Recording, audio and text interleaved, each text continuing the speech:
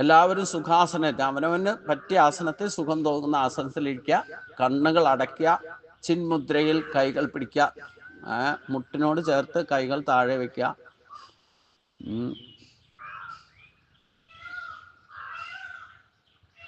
ചിന്മുദ്ര പിടിക്കാന്ന് പറഞ്ഞാൽ പറഞ്ഞില്ലേ, പെരുവിരലും ചൂണ്ടാണി വിരലും കൂടെ കൂട്ടി പിടിക്കുക. മറ്റു 3 വിരല് മലത്തിൽ തന്നെ പിടിക്കുക. കുറച്ചു നേരം അങ്ങനെ ഇരിക്കുക, കണ്ണുകൾ അടച്ച്. ഗുരുവായൂരപ്പനെ മാത്രം, മറ്റ് ചിന്തകളൊക്കെ വിടുക. നാ കിഞ്ചിതപി ചിന്തയെ.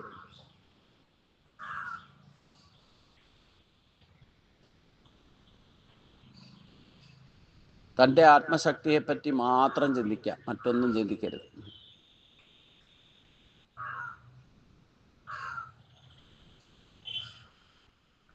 ഇനി കൈകൾ രണ്ടും തൊഴുതു പിടിക്കുക.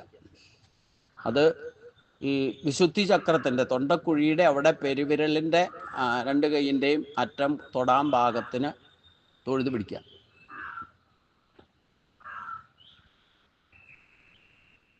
ഇനി പഞ്ചപ്രണമം എൻ്റെ ഒപ്പം തന്നെ ചോദിച്ചോളാം.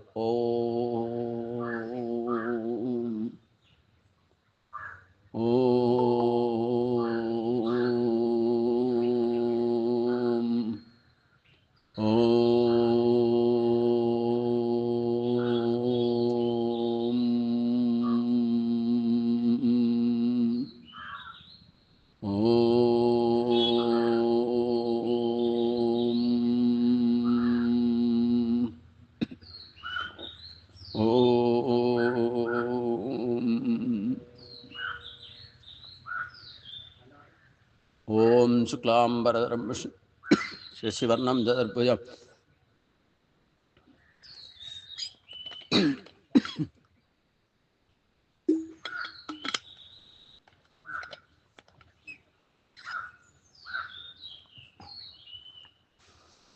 ഓം ശുക്ലാംബരധരം വിഷ്ണും ശശിവർണം ചതുർഭുജം പ്രസന്നവദനം ധ്യായേ സർവവിഘ്നോപശാന്തയേ.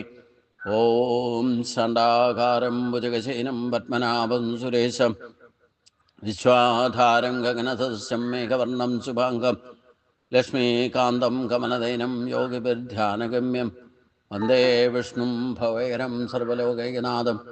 ഓം നമോ ഭഗവതേ വാസുദേവായ. ഓം നമോ ഭഗവതേ വാസുദേവായ. ഓം നമോ ഭഗവതേ വാസുദേവായ. ഓം ശ്രീകൃഷ്ണായ പരബ്രഹ്മണേ നമഃ. ഓം ശാന്തി ശാന്തി ശാന്തി. ഈ കൈകൾ രണ്ടും പുറകോട്ട് കെട്ടുക. ശ്വാസം വിട്ടുകൊണ്ട് തല കുമ്പിടുക. അറിയാവുന്നവർ ചൊല്ലിക്കുക. ഓം കർപ്പണ്യദോഷോ ഭഗത സ്വഭാവക വൃക്ഷാമത്താം ധർമ്മസുമൂഢചേത ഏ ശ്രേയസ്യാനിശ്ചിതം ബ്രൂഹിതന്മേ ശിഷ്യസ്തേ അഹം ശാതിമാം താം പ്രപന്നം. ഗുരുപ്രണാമം. ഗുരുവായൂരപ്പനെയാണ് ഗുരുവായിട്ട് സ്വീകരിക്കേണ്ടത്. ഗുരുവിനെ പ്രണമിക്കുക. ഒരു 30 സെക്കൻഡ് ഒന്നുകിൽ ഈ ശ്ലോകം ചൊല്ലുന്ന സമയം തല കുമ്പിട്ട് ശ്വാസം വിട്ടുകൊണ്ട് വേണം. ശ്വാസം പുറത്തേക്ക് പൊയ്ക്കോളും ശ്ലോകം ചൊല്ലുമ്പോൾ. എന്നിട്ട് ശ്വാസം എടുത്തുകൊണ്ട് നിവർന്നിരിക്കുക. ഇത്രയും സമയം കണ്ണുകൾ തുറക്കരുത്. ശ്വാസം എടുത്തുകൊണ്ട് നിവർന്നിരിക്കുക. ഭ്രൂമധ്യത്തിൽ മാത്രം ശ്രദ്ധിക്കുക. എന്നിട്ട് കൈകൾ രണ്ടും കൂട്ടി തിരുമ. അത് ചൂടാകുന്നവരെ തിരുമ.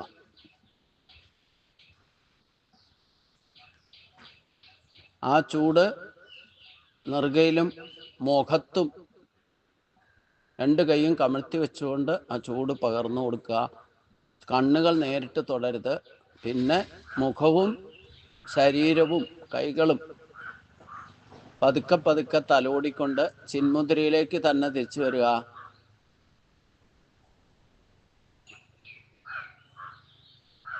പതുക്കെ പതുക്കെ കണ്ണുകൾ തുറക്കുക.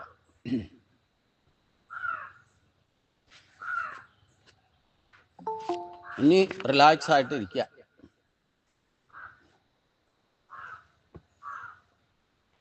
ഇതാണ് ഗീതാ ക്ലാസ് തുടങ്ങുമ്പോൾ ധ്യാനത്തിൽ എന്ത് ജപതപ ചെയ്യുമ്പോഴും ഈ ധ്യാനം പ്രാക്ടീസ് ചെയ്താൽ, ഞാൻ പറഞ്ഞല്ലോ, ഈശ്വരീയ ശക്തി നമ്മളിൽ ആക്ടിവേറ്റ് ചെയ്യാൻ വേണ്ടിയിട്ടുള്ള ആദ്യത്തെ പ്രോസസ്സാണിത്.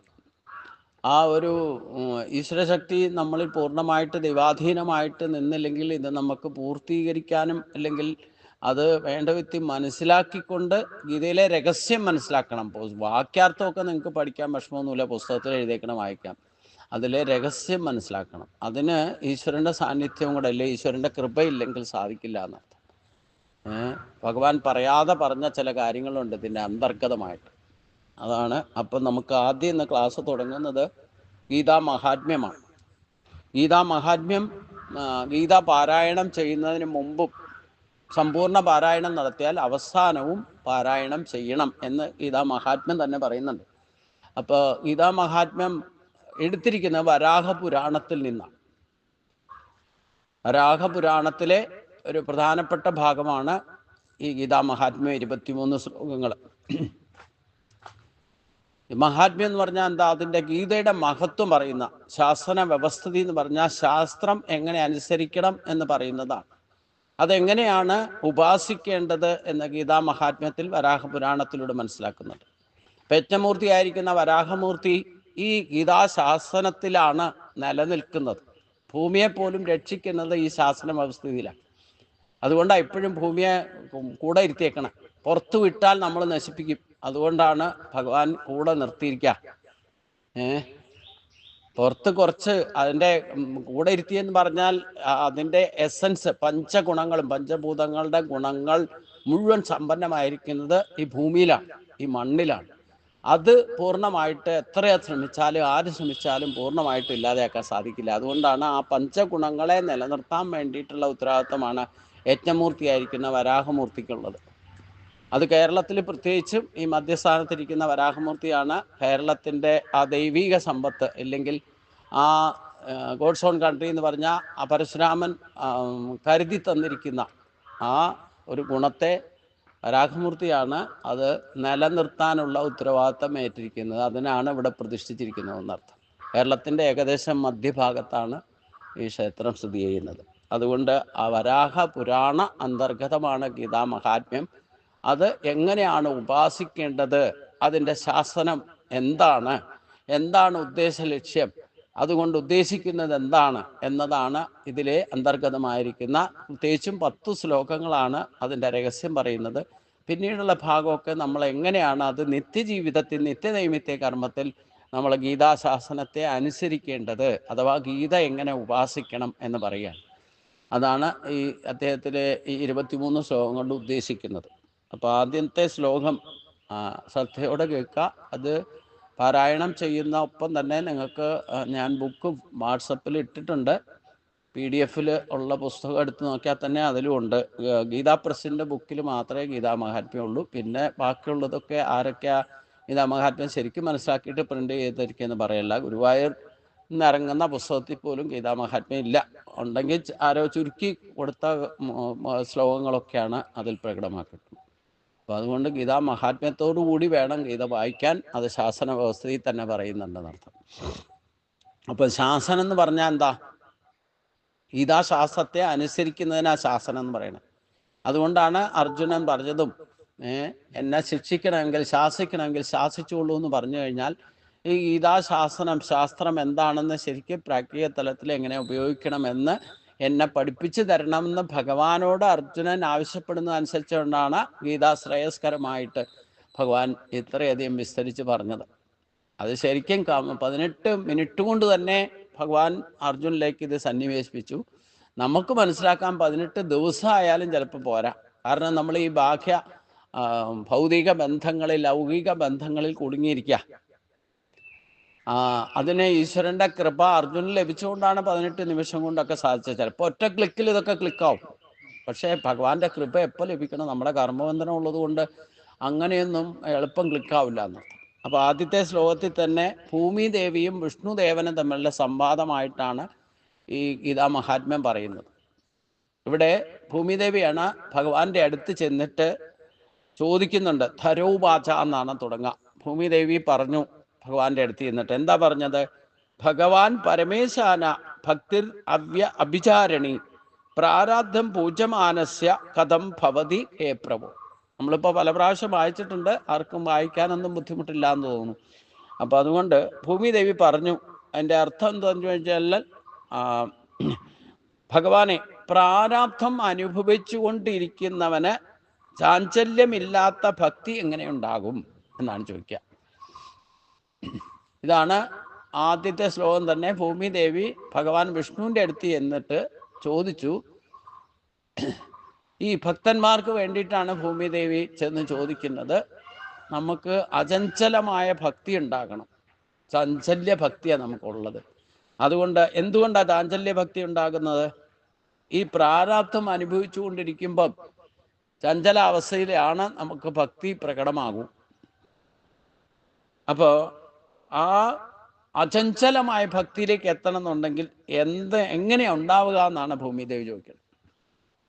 ഭൂമിദേവി സാധാരണ കൂടുതൽ പീഡനം അനുഭവിക്കുമ്പം ബ്രഹ്മപ്രജാപതിയുടെ അടുത്ത് പോയിട്ടാണ് സങ്കടം പറയുന്നതും പിന്നെ ഒരു അവതാര കാരണമൊക്കെ അത് ആ ഒരു പരാതി പറച്ചിലുകൊണ്ട് ദേവന്മാരെല്ലാവരും കൂടെ കൂടിയിട്ട് പാലാഴി തീരത്ത് ചെന്ന് ഭഗവാനെ പ്രാർത്ഥിച്ച് വിഷ്ണുവിന് തന്നെ പരിഹാരം കാണാനും പറ്റുള്ളൂ ശാശ്വതമായിട്ട്.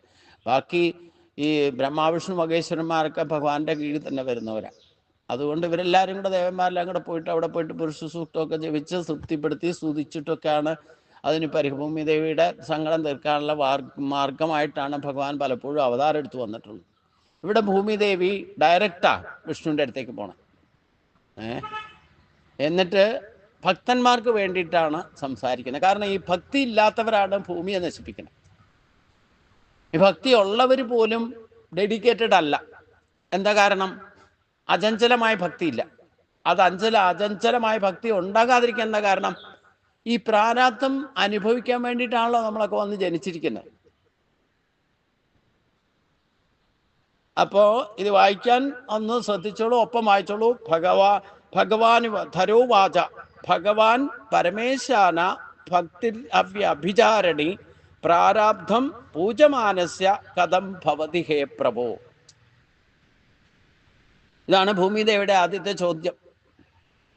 ഇതിൽ പ്രധാനമായിട്ട് നമുക്ക് തന്നെ അറിയാം, നമുക്ക് ഏതെങ്കിലും തരത്തിൽ പ്രാരാബ്ധം ഉണ്ടെങ്കിൽ നമുക്ക് ജപിക്കാനിരുന്നാൽ പോലും ഏകാഗ്രത കിട്ടില്ല, ശ്രദ്ധ കിട്ടില്ല. ഒരു ക്ഷേത്രത്തിൽ പോയാലും കണ്ണടച്ച് നിന്ന് പ്രാർത്ഥിച്ചാലും പൊങ്ങി വരുന്നത് എന്തായിരിക്കും? നമ്മുടെ സങ്കടങ്ങളായിരിക്കും, ഇല്ലേ എന്തെങ്കിലും ബന്ധനങ്ങളായിരിക്കും. ഓർക്കണ്ടെന്ന് വിചാരിക്കുന്നത് ചിലപ്പോൾ അന്നേരമായിരിക്കും. കണ്ണടച്ച അപ്പം ഓർമ്മ വരുന്നത്. അപ്പൊ അതുകൊണ്ട് ഈ പ്രാരാബ്ധം അനുഭവിച്ചുകൊണ്ടിരിക്കുന്നതുകൊണ്ട് എന്താ ഈ പ്രാരാബ്ധം? പ്രാരാബ്ധം എന്ന് പറയുന്നതാണ് അതിന് ഈ സംസാര ബന്ധനെന്നോ 3 തരത്തിലുള്ള ദുഃഖത്രയങ്ങളും പിന്നെ ബന്ധനത്രയങ്ങളും ഉണ്ടാകും. ഇതുകൊണ്ടാണ് ഇത് രണ്ടും കൂടെ ചേരുമ്പോഴാണ് സംസാര ബന്ധനം അഥവാ പ്രാരാബ്ധങ്ങൾ എന്ന് പറയുന്നത്. ഈ പ്രാരാബ്ധങ്ങൾ ഉള്ളത് കൊണ്ടാണ് നമ്മൾ വീണ്ടും വീണ്ടും ജനിക്കേണ്ടി വരുന്നത്. അപ്പം നിരപരാധികളായിട്ട് ആരും ഇല്ല എന്ന് മനസ്സിലാക്കിക്കൊള്ളുക. നമ്മളൊക്കെ പൂർവ്വജന്മാർജിതമായിട്ട് എന്തെങ്കിലും കർമ്മം ബാക്കിയുള്ളത് കൊണ്ടാണ് ഇവിടെ വന്ന് ജനിച്ചിരിക്കുന്നത്. അതാണ് പ്രാരാബ്ധം എന്ന് പറയുന്നത്. അപ്പോൾ ദുഃഖത്രയങ്ങൾ എന്ന് പറയുന്ന 3 തരത്തിലുള്ള ദുഃഖങ്ങൾ നമുക്ക് വന്നുകൊണ്ടേയിരിക്കും. അതെങ്ങനെയാ? 1 ആധ്യാത്മിക ദുഃഖം, 2 ആദി ദൈവിക ദുഃഖം, 3 ആദി ഭൗതിക ദുഃഖം. ഇത് 3ഉം 2 തരത്തിൽ വന്ന് ബാധിക്കും. 1 പൂർവ്വജന്മാർജിതമായിട്ടാണ് അനുഭവിക്കുക. അത് അനുഭവിക്കുമ്പോൾ ചിലതൊക്കെ ഇവിടുന്ന് കൂട്ടിച്ചേർക്കും. അത് അനുഭവിക്കാൻ വേണ്ടിയിട്ട് ചിലതൊക്കെ കൂട്ടിച്ചേർക്കും. അതിൽ ബാക്കി വന്നാൽ പിന്നെ അടുത്ത ജന്മത്തിലേക്കുള്ള പ്രാരബ്ധമായിട്ട് കരുതി വയ്ക്കും. അപ്പൊ അതാണ് വീണ്ടും വീണ്ടും ജനിക്കാൻ. ആധ്യാത്മിക ദുഃഖം 1 അതിന് ഓരോന്നോരോന്ന് പറയാം. ആധ്യാത്മിക ദുഃഖം 1ാമത്തത്. അത് അതിൻ്റെ നിർവചനം എന്താ? അതുകൊണ്ട് ഉദ്ദേശിക്കുന്നത് ശരീരത്തിനും മനസ്സിനും ബാധിക്കുന്ന രോഗങ്ങളെ കൊണ്ടുള്ള ദുഃഖമാണ് ആധ്യാത്മിക ദുഃഖം. ഇത് ഏതാണ്ട് 90% പൂർവ്വജന്മാർജിതമായിരിക്കും. അതിൻ്റെ കർമ്മഫലമായിട്ടാണ് ഈ ദുഃഖങ്ങൾ. ആദ്യത്തെ ദുഃഖം വരിക. ആദ്യത്തെ ദുഃഖം എന്താ? ആധ്യാത്മിക ദുഃഖം എന്ന് പറഞ്ഞാൽ ശരീരത്തിനും മനസ്സിനും ബാധിക്കുന്ന രോഗങ്ങളെ കൊണ്ടുള്ള ദുഃഖമാണ് ആദ്യത്തെ ദുഃഖം.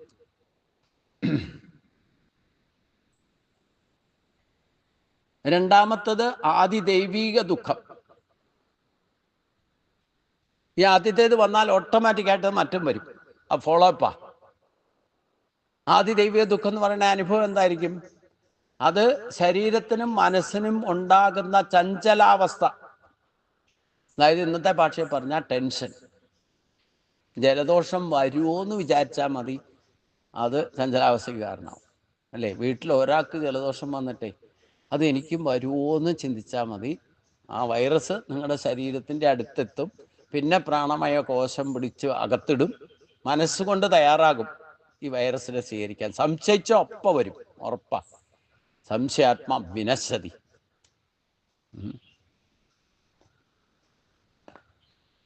ഏത് കാര്യവും അങ്ങനെയാ.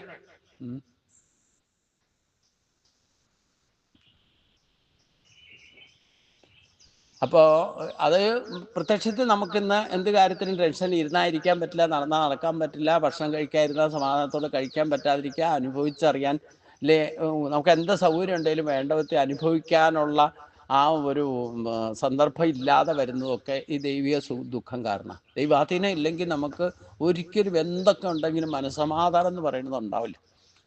ഇനി അമ്പലത്തിൽ പോയി വന്നാലോ അവിടെയും സമാധാനം കിട്ടില്ല, അവിടെയും ഡിസ്റ്റർബഡാണ്. അത് അമ്പലത്തിനും ദൈവാധീനം കുറഞ്ഞിരിക്കുകയാണെങ്കിൽ അവിടെ ഒന്ന് പോരുന്നവർക്ക് ആർക്കും സമാധാനം കിട്ടില്ല. സമാധാനം കൊണ്ട് പോകുന്ന ആൾക്കും സമാധാനം ഇല്ലാതെയാവും, ദൈവാധീനം കുറഞ്ഞില്ല. ക്ഷേത്രത്തിലെ ദൈവത്തിൻ്റെ ആധീനം മറിഞ്ഞാൽ. അപ്പോൾ അത് ഡിപ്പെൻഡ് അപ്പോൾ നമ്മുടെ മനസ്സാണ് ദൈവാധീനത്തെ കണക്കാക്കുക. അത് രോഗം വന്നാൽ പിന്നെ ശരീരത്തിനോ മനസ്സിനോ രോഗം വന്നാൽ പിന്നെ മനസ്സ് ചഞ്ചലാവുമല്ലോ. അപ്പോൾ ഓട്ടോമാറ്റിക്കായിട്ട് ആദി ദൈവിക ദുഃഖം വരും. മൂന്നാമത്തെ ആദി ഭൗതിക ദുഃഖം. അത് ഭൗതിക തലത്തിൽ ശരീരവുമായിട്ട് ബന്ധപ്പെട്ടുണ്ടാകുന്ന ദുഃഖങ്ങളാണ്. എന്ന് വെച്ചാൽ പ്രത്യക്ഷത്തിൽ നമുക്ക് മറ്റുള്ളവരുമായിട്ടുള്ള സമ്പർക്കത്തിൽ നിന്ന് സംഘദോഷമോ സമ്പർക്കദോഷമോ ഒക്കെ ഉണ്ടാകുക. ഇല്ലെങ്കിൽ ഒരാൾ ചീത്ത പറഞ്ഞിട്ട് ദുഃഖിക്കേണ്ടി വരിക. മറ്റ് ജീവജാലങ്ങൾ, ഉറുമ്പടക്കമുള്ള മറ്റ് പ്രാണികളെ എന്തെങ്കിലും ബൈറ്റ് ചെയ്തിട്ട് കടിച്ചിട്ട് അതുകൊണ്ട് ദുഃഖിക്കേണ്ടി വരിക. ഭൗതിക വസ്തുക്കളും ഇല്ലെങ്കിൽ ഭൗതിക വാഹനങ്ങളോ ഇല്ലേ അങ്ങനെയുള്ള സംഗതിയായിട്ട് നമ്മൾ ഉപയോഗിച്ചിട്ട് അതിൽ ഏതെങ്കിലും വിധത്തിൽ ദുഃഖമുണ്ടാകുന്നുണ്ടെങ്കിൽ അത് അതിഭൗതിക ദുഃഖം. അത് സമ്പർക്കത്തിൽ നിന്നാകാം, സംഘത്തിൽ നിന്നുണ്ടാകാം, വസ്തുക്കളുമായിട്ടുള്ള മമതാബന്ധം കൊണ്ടുണ്ടാകാം. ഇച്ഛ പഴിച്ചാൽ അത് ദുഃഖത്തിനായിട്ട് വരും. ഇപ്പം നമ്മൾ വാഹനത്തിൽ പോയിട്ട് ഒരു ആക്സിഡൻറ്റ്, നടന്നു പോകുമ്പോൾ കല്ല് തട്ടിയിട്ട്, ഇന്ന് രാവിലെ ഒരു അനുഭവം പറയാം. ഞാൻ ഇവിടെ ഒരു ഗ്ലാസ് ഇട്ട വിളക്ക് കാറ്റടിച്ച് കെടാതിരിക്കാൻ വേണ്ടിയിട്ട് കെടാവിളക്ക് വെക്കുന്നുണ്ട്. ആ ഗ്ലാസ് ഞാൻ കഴുകി കുറച്ച് കരി പിടിച്ചുകൊണ്ട് കഴുകിയിട്ട് കൊണ്ടുവന്ന് ഇവിടെ വെച്ചു. ഇവിടെ വെച്ച് എന്തോ എടുത്തപ്പം പെട്ടെന്ന് എനിക്ക് ശരീരത്തിൻ്റെ ബാലൻസ് വീഴാൻ പോയപ്പം എവിടെ പിടിച്ചു. പക്ഷേ ഈ കാല് പിന്നെ ബാലൻസ് തെറ്റിയിട്ട് എടുത്തു വെച്ചത് ഈ ഗ്ലാസ് തട്ടിയിട്ട് അതിൻ്റെ മേലെ വെച്ചത്. അപ്പം കാല് കൊണ്ട് ഈ ഗ്ലാസ് ചവിട്ടി പൊട്ടിച്ചു. പക്ഷെ അതിൻ്റെ ഒരു കുപ്പിച്ചിലും എൻ്റെ കാലയിലും മുറിവുണ്ടാക്കിയില്ല. അതാണ് ദൈവാധീനം എന്ന് പറഞ്ഞാൽ. മനസ്സിലായില്ലേ? അത് പൊട്ടിപ്പോയി എന്നുള്ളൂ. അത് പിന്നെ വാരിപ്പെടുത്ത് എടുത്തുകൊണ്ട് കളഞ്ഞു. ഇത് അഥവാ കാല് മുറിഞ്ഞിട്ട് ദുഃഖിക്കേണ്ടി വന്നാൽ ഇത് ഭൗതിക ദുഃഖമാണെന്ന്. മനസ്സിലായില്ലേ?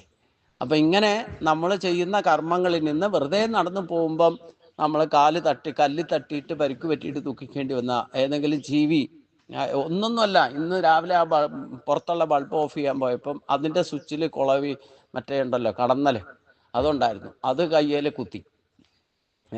അത് എങ്ങനെയാ? ഇത് ഭൗതിക ദുഃഖ. പിന്നെ കുറച്ചു നേരത്തേക്ക് അതിൻ്റെ വേദന. കുട്ടികളാണെങ്കിൽ വലിയ വായിലെ കരയും കടന്നൽ കുത്തിയ, അല്ലേ? അപ്പോൾ ഇത്തരത്തിലുള്ള അനുഭവങ്ങൾ, 3 തരത്തിലുള്ള ദുഃഖം നമ്മൾ ജനിച്ചു കഴിഞ്ഞാൽ ഇന്ന് വരെ നിങ്ങൾ നോക്കുള്ളൂ, ഈ 3 തരത്തിലുള്ള ദുഃഖം അനുഭവിക്കാത്തവരാരും ഉണ്ടാകില്ല. കാരണം ഇത് പ്രാരാബ്ധ. നമ്മൾ ജപിക്കാൻ സഹസ്രാമം ജപിക്കാൻ ഇരിക്കുമ്പോൾ തന്നെ ചിലപ്പോൾ കൊതുകൊന്ന് കടിക്കും. മനസ്സിലായില്ലേ? നമ്മളെ ഡിസ്റ്റർബ് ചെയ്യാന്നുള്ളതാണ് ഉദ്ദേശം. അതിനുള്ള സംവിധാനമൊക്കെ ഭഗവാൻ ഉണ്ടാക്കി വെച്ചിട്ടുണ്ട്. മനസ്സിലായില്ലേ? അതിനെയൊക്കെ ജയിക്കണം. ഇത്തരത്തിൽ ശരീരക്ലേശം വരെ പലതും ഉണ്ടാകും. ഉപാസന തുടങ്ങുമ്പോൾ ഈ 3 തരത്തിലുള്ള ദുഃഖങ്ങളായിരിക്കും വിഘാതമുണ്ടാക്കുക. നമ്മൾ ഈശ്വര സാക്ഷാത്കാരത്തിന് വേണ്ടിയിട്ട് ശ്രമിച്ചാൽ ആദ്യം ഇതൊക്കെ വിഘാതമായിട്ട് വരും, പ്രതിസന്ധി ഘട്ടങ്ങളുണ്ടാക്കും. അതോടൊപ്പം തന്നെ പിന്നെ ബന്ധനത്രയങ്ങളുണ്ട്. ഇപ്പൊ മനസ്സിലായില്ലേ? പ്രാരാബ്ധം എന്ന് പറഞ്ഞാൽ ആദ്യത്തേതാണ് 3 തരത്തിലുള്ള ദുഃഖത്രയങ്ങൾ എന്ന് പറയും. ആ ബന്ധനത്രയം ഉണ്ടാക്കുന്നതിന് അടുത്ത സ്റ്റെപ്പില് ഒന്ന് ആത്മബന്ധം കൊണ്ട്, രണ്ടാമത്തത് രക്തബന്ധം, മൂന്നാമത്തത് നക്ഷത്രബന്ധം. ഇത് ഈ 3 തരത്തിലുള്ള ബന്ധങ്ങളുണ്ടാകും. ഈ ബന്ധനങ്ങളായിട്ട് ഭവിക്കും. അതുകൊണ്ട് ഇതിനെ ബന്ധനത്രയം എന്ന് പറയും. ഈ 3 ബന്ധങ്ങളും ഉണ്ടാകുന്നത് അടിസ്ഥാനം എന്താ? ആത്മബന്ധം കൊണ്ടാണ് രക്തബന്ധം ഉണ്ടാകുക. രക്തബന്ധത്തിൽ നിന്നാണ് നക്ഷത്രബന്ധം ഉണ്ടാകുക. ഇതും നമ്മുടെ പൂർവ്വജന്മാർജിതമായിട്ടുള്ള ബാലൻസ് ഷീറ്റിലുള്ളതായി ജാതകപ്രകാരമായിരിക്കും നമുക്ക് ഈ 3 തരത്തിലുള്ള ബന്ധങ്ങളും ബന്ധനങ്ങളും ഉണ്ടാകുക. ഇതും കൂടെ ചേരുമ്പോഴാണ് പ്രാരാബ്ധമാകുക. ഇനി ഇതിൽ ആത്മബന്ധത്തിൽ നിന്നാണ് രക്തബന്ധം ഉണ്ടാക്കുക, രക്തബന്ധത്തിൽ നിന്നാണ് നക്ഷത്രബന്ധം ഉണ്ടാക്കുക. 2 ആത്മാക്കൾ ചേർന്നിട്ടാണ് ഒരു ജീവാത്മാവിന് ജന്മം നൽകുന്നത് അഥവാ ഒരു ശരീരത്തിന് സൃഷ്ടിക്കുന്നത്. അതിൽ നിന്ന് രക്തബന്ധം, 2 രക്തം ചേർന്നിട്ടാണ് ഒരു രക്തത്തിന് ജന്മം നൽകുന്നത്. ഇപ്പം അച്ഛൻ്റെ അമ്മയുടെ ബ്ലഡിൻ്റെ ഗ്രൂപ്പ് വ്യത്യസ്തമായാലും കുട്ടി ഉണ്ടാകുമ്പോൾ കുട്ടിയുടെ ഗ്രൂപ്പ് 3ാമത്തെ ഒരു ഗ്രൂപ്പായിരിക്കും. ചിലപ്പോൾ അപൂർവമായിട്ട് ഒരേ ഗ്രൂപ്പ് വരാറുള്ളൂ. എന്തായാലും 2 രക്തം ചേർന്നിട്ടാണ് ഒരു രക്തത്തിന് ജന്മം നൽകുക. പിന്നെ 2 നക്ഷത്ര ജാതകർ ചേർന്നിട്ടാണ് ഒരു നക്ഷത്ര ജാതനോ ജാതയ്ക്കോ ജന്മം നൽകുക. അപ്പൊ നക്ഷത്രബന്ധം പ്രകൃതി ബന്ധത്തെ കാണിക്കുന്നു എന്നർത്ഥം. ജ്യോതിർഗോളങ്ങളുമായിട്ട് നമുക്ക് ബന്ധമുണ്ടെന്നർത്ഥം. അപ്പൊ ബന്ധനത്രയം എന്തൊക്കെയാണെന്ന് മനസ്സിലായില്ലേ? ആത്മബന്ധം, നക്ഷത്രബന്ധം, രക്തബന്ധം. ഇതാണ് 3 തരത്തിലുള്ള ബന്ധങ്ങളായിട്ടും. അത് ആത്മബന്ധത്തിൽ നിന്നാണ് രക്തബന്ധം ഉണ്ടാകുന്നത്, രക്തബന്ധത്തിൽ നിന്ന് നക്ഷത്രബന്ധം. അടിസ്ഥാനം ആത്മബന്ധമാണ്. ഇതിൽ രക്തബന്ധവും നക്ഷത്രബന്ധവും നമുക്ക് കണ്ടുപിടിക്കാൻ ഒരു വിഷമവുമില്ല. നമ്മുടെ കുടുംബത്തിലുള്ളവർ, രക്തബന്ധമുള്ളവർ, ബ്ലഡ് റിലേഷൻ എന്ന് പറയുന്നത് അത് നമുക്ക് കണ്ടുപിടിക്കാൻ ഒരു വിഷമവുമില്ല. ആ ബ്ലഡ് റിലേഷൻ കണ്ടുപിടിക്കാൻ സാധിച്ചാൽ നക്ഷത്രബന്ധം കണ്ടുപിടിക്കാം. അച്ഛൻ്റെ അമ്മയുടെ നക്ഷത്രം അറിഞ്ഞ് കുട്ടിയുടെ നക്ഷത്രം എന്താന്ന് പറഞ്ഞാൽ 2 നക്ഷത്ര ജാതകങ്ങൾ ചേർന്നിട്ടാണ് ഒരു ജാതയ്ക്കോ നക്ഷത്ര ജാതനോ ജാതയ്ക്കോ ജന്മം നൽകുന്നത്. ഈ നക്ഷത്രം കണക്കാക്കിയാൽ പ്രകൃതി ബന്ധമായിട്ട് നമുക്ക് കണക്കാക്കാം. പക്ഷികളെ ബന്ധം ജാതകം എടുത്ത് നോക്കിയാൽ അറിയാം. മരങ്ങൾ ആയിട്ട് ബന്ധമുണ്ട്. ഓരോന്നിനെയും പറ്റി കൃത്യമായിട്ട് ഒരു ജാതകത്തിൽ ഒരു നക്ഷത്രവുമായിട്ട് ബന്ധപ്പെട്ട് നിൽക്കുന്ന പ്രകൃതി ബന്ധങ്ങളെ മുഴുവൻ കാണിച്ചു തരും. ജാതകം എടുത്തു വെച്ചിട്ട് നോക്കുകോള്. ഓരോ നക്ഷത്രനും പക്ഷി മൃഗാദികളെയൊക്കെ കാണിച്ചിട്ടുണ്ട്. നിങ്ങൾ ഏത് ഗണത്തിലാണ്, മനുഷ്യഗണാണോ ദേവഗണാണോ, അതിൽ നിന്ന് നമ്മുടെ സ്വഭാവം കണ്ടുപിടിക്കാനും വിഷമമില്ല. സത്വരജ തമ ഗുണങ്ങളെ പറ്റി പറഞ്ഞിട്ടുണ്ടല്ലോ. കൃത്യമായിട്ട് ജാതകം കറക്റ്റായിട്ടുണ്ടെങ്കിൽ കൃത്യമായിരിക്കും. യാതൊരു ബാലൻസ് ഷീറ്റാ. കഴിഞ്ഞ ജന്മത്തിലെ ബാലൻസ് ഷീറ്റായിരിക്കും ഈ ജന്മത്തിലെ ജാതകം. അത് വെളിയിലേക്ക് വരുന്ന ആ സമയം നോട്ട് ചെയ്ത് സ്ഥലവും നക്ഷത്ര തല പുറത്ത് വരുന്ന ആ സമയം നോട്ട് ചെയ്താൽ കൃത്യമായിട്ട് ലൊക്കേഷൻ വേണം, ആ സമയവും കൃത്യമായിട്ട് അറിഞ്ഞാൽ ജാതകം കറക്റ്റ് ബാലൻസ് കിട്ടും. ബാലൻസ് ഷീറ്റ് കിട്ടിയാൽ കറക്റ്റായിരിക്കും. ഇതിൽ ഈ കാൽക്കുലേഷനിൽ വരുന്നതൊക്കെ വളരെ, ജ്യോതിശാസ്ത്രമൊന്നും മോശമൊന്നുമല്ല. അത് ഒപ്പിച്ചാൽ ഒപ്പിക്കുന്ന മാത്രം ഒരു ശാപം കിട്ടിയിട്ടുണ്ട്, അത്രേ ഉള്ളൂ. അത് അതിൻ്റെ ഉപജ്ഞാതാവ് സുബ്രഹ്മണ്യനാണ്. അത് അച്ഛനെ തന്നെ ആ ജാതകം പഠിച്ചിട്ട് പോയിട്ട് പ്രയോഗിക്കാൻ നോക്കി, അപ്പം കൊടുത്തു ശാപം. അതേ ഉള്ളൂ. അത് ആ ജ്യോതിഷം പഠിച്ചിട്ട് ആദ്യം രാശി വെച്ചത് ശിവന്റെ ഗ്രഹസ്ഥിതി അറിയാനാണ്. മനസ്സിലായില്ലേ? സ്വന്തം അച്ഛൻ്റെ ഗ്രഹസ്ഥിതി അറിയാൻ ഉപയോഗിച്ചു. അതുകൊണ്ടാണ് ഈ ജ്യോതിഷന്മാർക്കൊക്കെ അവനവൻ്റെ കാര്യത്തിൽ പ്രശ്നം വെച്ചാൽ അറിയാൻ പറ്റില്ല. അവർ വേറെ ആരെങ്കിലും സമീപിക്കേണ്ടി വരും. അതൊരു ശാപമായിട്ട് മാറി. അതുകൊണ്ട് ഒപ്പിച്ചാൽ ഒപ്പിക്കുക. ശരിക്കും കണക്ക് കാൽക്കുലേറ്റ് ചെയ്ത് ഒപ്പിച്ചാൽ കറക്റ്റായിരിക്കും. നമ്മുടെ ജാതകവും കറക്റ്റായിരിക്കും. അതിൽ നിന്ന് പ്രവചിക്കുന്നത് ഉപാസന വേണമെന്ന് മാത്രം. ഉപാസന ഇല്ലാതെ ഒരു ജ്യോതിഷനും ദേവജ്ഞനാകാൻ സാധ്യത. അതൊക്കെ ജ്യോതിഷന്മാരെയും ശരിക്കും കാൽക്കുലേറ്റ് ചെയ്ത് ഉണ്ടാകുന്നവരെയൊക്കെ നമുക്ക് കണക്കാക്കാനും കണ്ടെത്താനും പ്രശ്നം. വളരെ അപൂർവം മനുഷ്യാണാം സഹസ്രേഷു. എന്തായാലും എല്ലാം ഉത്ഭവിക്കുന്ന എവിടെ? ഈ ബന്ധനത്രയം ഉണ്ടാകുന്നതിൻ്റെ അടിസ്ഥാന ഘടകം ആത്മബന്ധമാണെന്നർത്ഥം. അതുകൊണ്ട് രക്തബന്ധവും നക്ഷത്രബന്ധവും ഒക്കെ നമുക്ക് ട്രേസ് ഔട്ട് ചെയ്യാൻ പെട്ടെന്ന്. പക്ഷേ ആത്മബന്ധം പെട്ടെന്ന് ട്രേസ് ഔട്ട് ചെയ്യാൻ സാധിക്കില്ല. പക്ഷേ അതിനിപ്പോൾ ഒരു ഉപോത്ബലമായിട്ട് ഞാൻ കണ്ടെത്തിയിരിക്കുന്നത് ഹിന്ദിയിലൊരു ചൊല്ലുണ്ട്. അത് ചിന്തിച്ചാൽ നമുക്കത് കണ്ടുപിടിക്കാൻ പെട്ടെന്ന്. അത് വെച്ചുകൊണ്ട് നമുക്ക് മലയാളത്തിൽ വ്യാഖ്യാനിച്ചാൽ അത് തിരിച്ചറിയാൻ സാധിക്കും പെട്ടെന്ന്. അതാണ് ഒന്ന്, ദാനേ ദാനേ പർ ലിഖാ ഹേ ഖാനേ വാലാ കാ നാം. പറഞ്ഞതിൻ്റെ ഉദ്ദേശം എന്താ? ഓരോ വറ്റിലും എഴുതിയിട്ടുണ്ട് അത് ആര് എവിടെ വച്ച് കഴിക്കണം എന്ന് എഴുതിയിട്ടുണ്ട്. ബൂന്തു ബൂന്തു പർ ലിഖാ ഹേ പീനേ വാലാ കാ നാം. അതായത് ഓരോ തുള്ളി ജലത്തിലും എഴുതിയിട്ടുണ്ട് ആ ജലം ആര് എവിടെ വെച്ച് കഴിക്കണം. പിന്നെ കഥം കഥം പർ ലിഖാ ഹേ ചലനെ വാലാ കാ നാം എന്ന് പറഞ്ഞാൽ ഓരോ തരി മണ്ണിലും എഴുതിയിട്ടുണ്ട് അതിലൊക്കെ ആര് നടക്കണം, എപ്പോൾ നടക്കണം. ഞാൻ എവിടെയോ ജനിച്ചു വളർന്നു, എന്നിട്ട് ഇവിടെ വിജനമായ സ്ഥലത്ത് വന്നിരുന്നുകൊണ്ട് ഇതൊക്കെ ചെയ്യണമെന്ന് എനിക്കെന്തായി മണ്ണുമായിട്ട് ബന്ധമില്ല. നിങ്ങൾ എത്രയോ സ്ഥലത്തിരിക്കുന്നു, എന്നിട്ടും എൻ്റെ ശബ്ദം നിങ്ങൾക്ക് കേൾക്കണം എന്നുണ്ടെങ്കിൽ ഇതൊക്കെ ആത്മബന്ധം കൊണ്ടാണ് സാധിക്കും.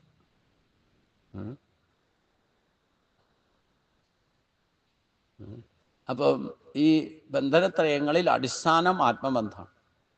അത് നമുക്ക് ഇത് മനസ്സിലാക്കിയിട്ട് നിങ്ങൾ പലരെ കാണുമ്പോഴോ സ്ഥലകാല ബോധമൊക്കെ ഉണ്ടായാൽ നമുക്കതിനെ, ഭഗവാൻ തന്നെ പറഞ്ഞിട്ടുള്ളത്, അനുമാനങ്ങളിലൂടെ ചില കാര്യങ്ങൾ കണ്ടെത്തണം, നിഗമനങ്ങളിലൂടെ കണ്ടെത്തണം. അവിടെ സത്യത്തെ തിരിച്ചറിയാൻ ആ ഒരു ടെക്നിക്ക് നമ്മൾ ഉപയോഗിക്കണം.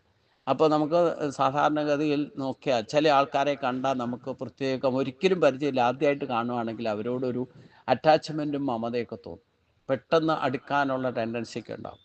ചിലർ എത്ര വന്നിട്ട് അടുക്കാൻ ശ്രമിച്ചാലും നമുക്ക് ആജന്മശത്രുത നിലനിൽക്കും, ഇറിറ്റേഷൻ ഫീൽ ചെയ്യും ചില ആൾക്കാരെടുത്ത് വന്നാൽ. ചില സ്ഥലത്ത് ചെല്ലുമ്പോൾ നിങ്ങൾക്ക് അവിടെ നിൽക്കാൻ പറ്റില്ല. ഇങ്ങനെയൊക്കെയുള്ള പ്രശ്നങ്ങൾ അനുഭവത്തിൽ ഫീൽ ചെയ്യുന്നുണ്ടെങ്കിൽ നിങ്ങളുടെ ആത്മബന്ധമാണ് അത് വെളിപ്പെടുത്തുക എന്നർത്ഥം. അപ്പം ഇത് നമ്മുടെ അനുഭവത്തിൽ നിന്ന് മനസ്സിലാക്കാവുന്നുള്ളൂ. അപ്പം ബന്ധനത്രയങ്ങളും ഈ ദുഃഖത്രയങ്ങളുടെ ചേർന്നാൽ അതിനെ സംസാര ബന്ധനം എന്നും പ്രാരാബ്ധം എന്ന് പറയാം. ഈ ബന്ധനത്രയങ്ങളിലോ ഇല്ലേ ദുഃഖത്രയങ്ങളിലോ ഏതെങ്കിലും ഒന്ന് നിങ്ങൾക്ക് കൊളുത്തിപ്പിടിച്ചാൽ മതി, നിങ്ങൾക്ക് അചഞ്ചലമായ ഭക്തി ഉണ്ടാകില്ല. നിങ്ങൾ ജപിക്കാനിരിക്കുക, ഭക്തി തന്നെ അങ്ങനെ ഇങ്ങനെ ഉണ്ടാവില്ല. നമ്മുടെ ഈശ്വര ശക്തി അനാഹത ചക്രത്തിലേക്ക് എത്തിയാലാണ്, 3 മണ്ഡലം കടന്നിട്ട് 4ാമത്തെ മണ്ഡലത്തിൽ എത്തിയാലേ കുറച്ച് ഈശ്വര വിചാരമൊക്കെ ഉണ്ടാവുള്ളൂ. ഇല്ലെങ്കിൽ നിങ്ങൾ നിരീശ്വരവാദിയോ യുക്തിവാദിയോ ആയിരിക്കും, യാതൊരു സംശയവുമില്ല. കുറേശ്ശെ ഭക്തിയുടെ ഭാവം ഏരോ നമ്മളെ നിയന്ത്രിക്കുന്നുണ്ടെന്നോ ആരെങ്കിലും പറഞ്ഞാൽ അമ്പലത്തിൽ പോകാൻ പറഞ്ഞാലും അത് ചെയ്യാനുള്ള തോന്നൽ, ഇല്ലെങ്കിൽ ജപിക്കാൻ പഠിക്കുക, ഇങ്ങനെ ഈശ്വര കാര്യങ്ങളുമായിട്ട് ബന്ധപ്പെട്ട് എന്തെങ്കിലുമൊക്കെ വിശ്വാസം പൂർണ്ണമായിട്ടില്ലെങ്കിലും അനുകരണ ഭാവത്തിലാണെങ്കിൽ പോലും ഈശ്വരനുമായിട്ട് എന്തെങ്കിലും ബന്ധപ്പെട്ട കാര്യം ചെയ്യണമെന്നുണ്ടെങ്കിൽ നിങ്ങളുടെ ഈശ്വര ശക്തി ഹൃദയകമലത്തിലേക്ക് എത്തിയിരിക്കണം. അതായത് അനാഹത ചക്രം ഇരിക്കുന്നത് പമ്പ് ചെയ്യുന്ന ഹൃദയത്തിൻ്റെ പിന്നിൽ ആയിട്ടാണ് സ്ഥാനം പറഞ്ഞിരിക്കുന്നത്. അത് സുഷുമ്നാ നാഡിയിലാണ് തന്നെ. അവിടം വരെ ഊർധ്വമൂലത്തിലേക്ക് ഉയർന്നു വരുന്ന ആ പ്രാണൻ്റെ ശക്തിയാണ്. എപ്പോഴാണോ അത് ആക്ടിവേറ്റ് ചെയ്യുന്നത് അപ്പോഴാണ് നിങ്ങൾക്ക് കുറേശ്ശെ ഒരു ഭക്തിഭാവം വരാൻ തുടങ്ങുക. അപ്പോൾ ഈ 3 തരത്തിലുള്ള ബന്ധനത്രയങ്ങളും അല്ലെ ദുഃഖത്രയങ്ങളും ഒന്നും കൂടെ ഇരിക്കുന്നുണ്ടെങ്കിൽ പോലും, കുറേശ്ശെ ഭക്തി ഉണ്ടെങ്കിൽ പോലും അത് അചഞ്ചലമായിരിക്കില്ല, ഡെഡിക്കേറ്റഡ് ആയിരിക്കില്ല. എന്താ കാരണം? നിങ്ങൾ അമ്പലത്തിൽ പോകുന്നുണ്ടാവും, ജപതപാദികൾ ചെയ്യുന്നുണ്ടാവും, പക്ഷേ അവിടെയൊക്കെ നിങ്ങളെ ഇതിലേതെങ്കിലും ഒന്ന് കൊളുത്തിപ്പിടിച്ചാൽ നിങ്ങൾക്ക് അത് പൂർണ്ണമായിട്ട് ശ്രദ്ധയോടെ അറ്റൻഡ് ചെയ്യാൻ പറ്റില്ല. ഇപ്പോൾ തന്നെ ഇന്നലെ പറഞ്ഞല്ലോ, പ്രത്യക്ഷത്തിൽ ഉദാഹരണം നമുക്ക് കണ്ടെത്താൻ വിഷമമൊന്നുമില്ല. ഇന്നലെ ടീച്ചർക്ക് തന്നെ കാലിന് സുഖമില്ലായിരുന്നു, രാവിലത്തെ അറ്റൻഡ് ചെയ്യാൻ പറ്റില്ല. ഇന്നിപ്പോൾ ആരോ രാവിലെ പറഞ്ഞു എനിക്ക് മകളുടെ അടുത്ത് പോകണം, അതുകൊണ്ട് ക്ലാസ് അറ്റൻഡ് ചെയ്യാൻ പറ്റില്ല. അപ്പോൾ ഒന്നുകിൽ രോഗം കൊണ്ട്, ഇല്ലെങ്കിൽ ബന്ധനത്രയങ്ങളിൽ ഒന്ന് പെട്ടിട്ട് നമ്മൾ ഉദ്ദേശിക്കുന്ന കാര്യം അതിന് വിഘാതമായിട്ട് മാറും. ഇതിങ്ങനെ ദേഹബുദ്ധി ദേഹത്തോട് വന്ന് ഇരിക്കുന്നവർക്കൊക്കെ ഉണ്ടാവും. ആരും, ഞാൻ പറഞ്ഞില്ല, ഈ 3 തരത്തിലുള്ള ദുഃഖങ്ങളും 3 തരത്തിലും ബന്ധനമില്ലാത്തവർ, ഇതുവരെ അനുഭവിക്കാത്തവർ ഈ ലോകത്ത് ആരും ഉണ്ടാകില്ല, ഞാനടക്കം.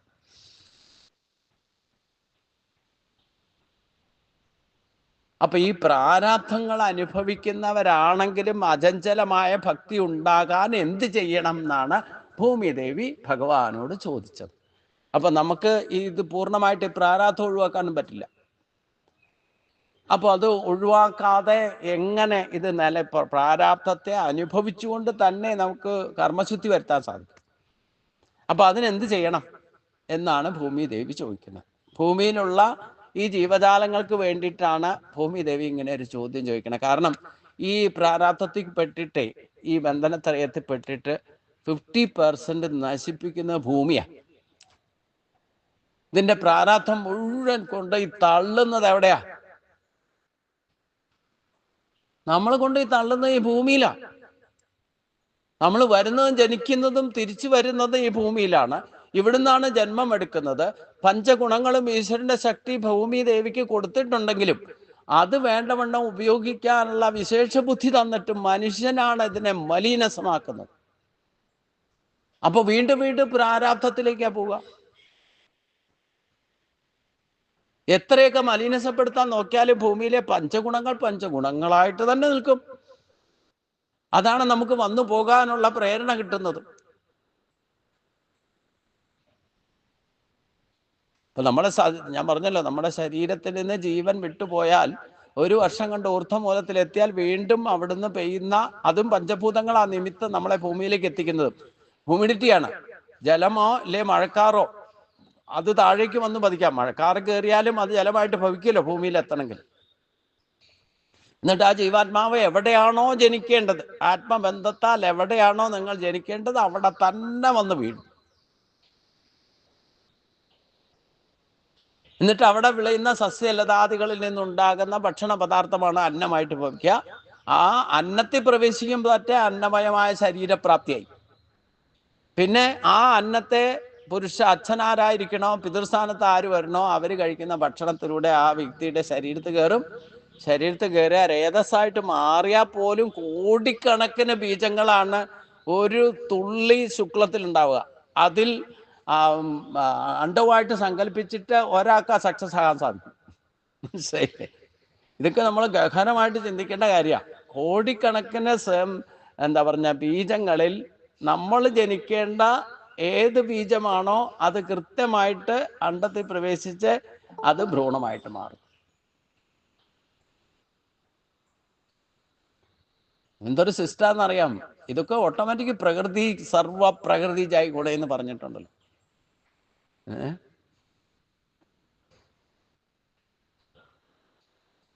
അപ്പൊ ഭൂമിയാണ് അതിൻ്റെ അടിസ്ഥാനം. അപ്പൊ അതുകൊണ്ട് ഭൂമിദേവി ചോദിക്കുന്നതും ഇങ്ങനെ കോടിക്കണക്കിന് ആൾക്കാരെ ഞാൻ ജനിപ്പിക്കുന്നുണ്ട്, നിമിത്തമായിട്ട് മാറുന്നുണ്ട്. പക്ഷെ ഇതില് ഈ പ്രാരാബ്ധം കാരണം തിരിച്ച് ചഞ്ചലമായ ഭക്തി, ഇതിനൊക്കെ സോഴ്സ് എനർജി ആരാണോ, ഈശ്വരശക്തി ബ്രഹ്മശക്തി ആരാണെന്ന് അറിഞ്ഞിട്ട് ഭജിക്കാൻ ആർക്കും സാധിക്കുന്നില്ല. എന്താ ഈ പ്രാരാബ്ധം? ഇനി ഇതൊക്കെ ഒഴിവാക്കാനും സാധ്യമല്ല. അപ്പൊ പ്രാരാബ്ധം അനുഭവിക്കുന്നവരാണെങ്കിലും ചാഞ്ചല്യമില്ലാത്ത അചഞ്ചലമായ ഭക്തി എങ്ങനെ ഉണ്ടാകും? ചാഞ്ചല്യം ഇല്ലാത്ത ഭക്തി കുറച്ച് നേരത്തേക്കാണെങ്കിലും നമുക്ക് അചഞ്ചലമായിട്ടിരുന്നു കൊണ്ട് ഈശ്വരനെ ഭജിക്കാൻ വേണ്ടിയിട്ട് എന്ത് ചെയ്യണം എന്നാണ് ചോദിക്കുക. അതിന് ഉത്തരം ഭഗവാൻ ധരോവാച, 2ാമത്തെ ശ്ലോകം. പ്രാരാബ്ധം പൂജ്യമാനോഹി ഗീതാഭ്യാസരഥ സദാ സമുക്ത സ സുഖി ലോകേ കർമ്മണ നോപലിപ്യതേ.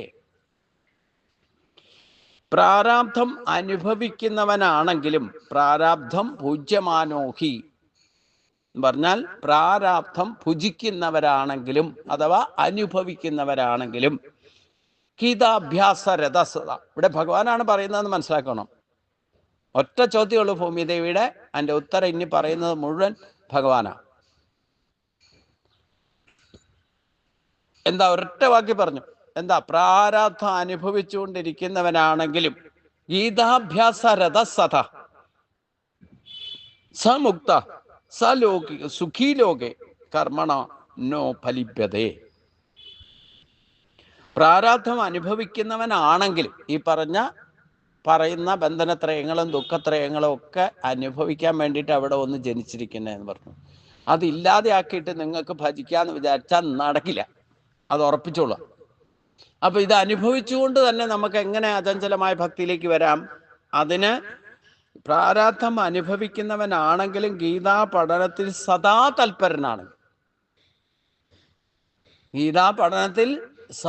തൽപരനാണെങ്കിൽ അവൻ സുഖിയും മുക്തനുമായി തീരും. കർമ്മം അവനെ ബാധിക്കില്ല. കർമ്മബന്ധനങ്ങൾ ഉള്ളതിനെ മുഴുവൻ ശുദ്ധീകരിക്കുകയും ചെയ്യും. ഒറ്റ കാര്യമുള്ളൂ, സദാ എന്ന് വേണം ഗീതാ പഠനത്തിൽ താല്പര്യം ഉണ്ടാക്കണം. എപ്പം നിങ്ങൾക്ക് പ്രാരാബ്ധത്തിൽ നിന്ന് ലേശം ഒഴിവ് കിട്ടിയോ അപ്പം ഗീത പഠിച്ചോളാം. അത് ഇച്ഛാശക്തിയെ ഉണർത്തി ക്രിയാശക്തിയിലേക്ക് എത്തിക്കണം. ഒരു നിമിഷം ഒരു വേസ്റ്റ് ചെയ്യാനില്ല ഇനിയുള്ള ജീവിതത്തിലേക്ക്. ബാക്കി എന്തൊക്കെ നിങ്ങൾ പഠിച്ചാലും ഇതാദ്യം പഠിച്ചില്ലെങ്കിൽ ഇതുകൊണ്ട് അടിത്തറയിട്ടോളണം.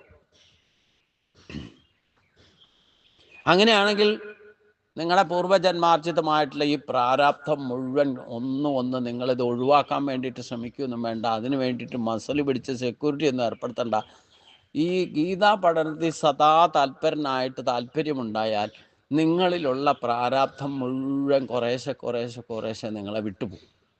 ഒരു ഇരുട്ടുമുറിയിലേക്ക് ഒരു വിളക്കിൻ്റെ നാമ്പം കൊണ്ട് പോയാൽ അവിടെ ഇരുട്ടിന് ഇരിക്കാൻ സാധിക്കുമോ?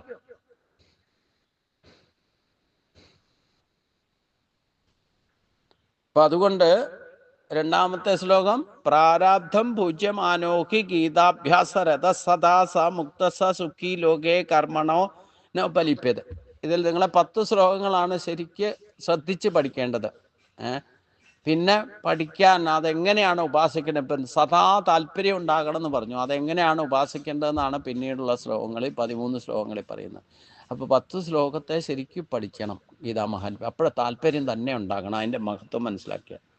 ഇനി ഇത് മാത്രമല്ല ഭഗവാൻ പറയുന്നത്, ഇനി അവൻ മഹാപാപിയാണെങ്കിലും വേണ്ടില്ല.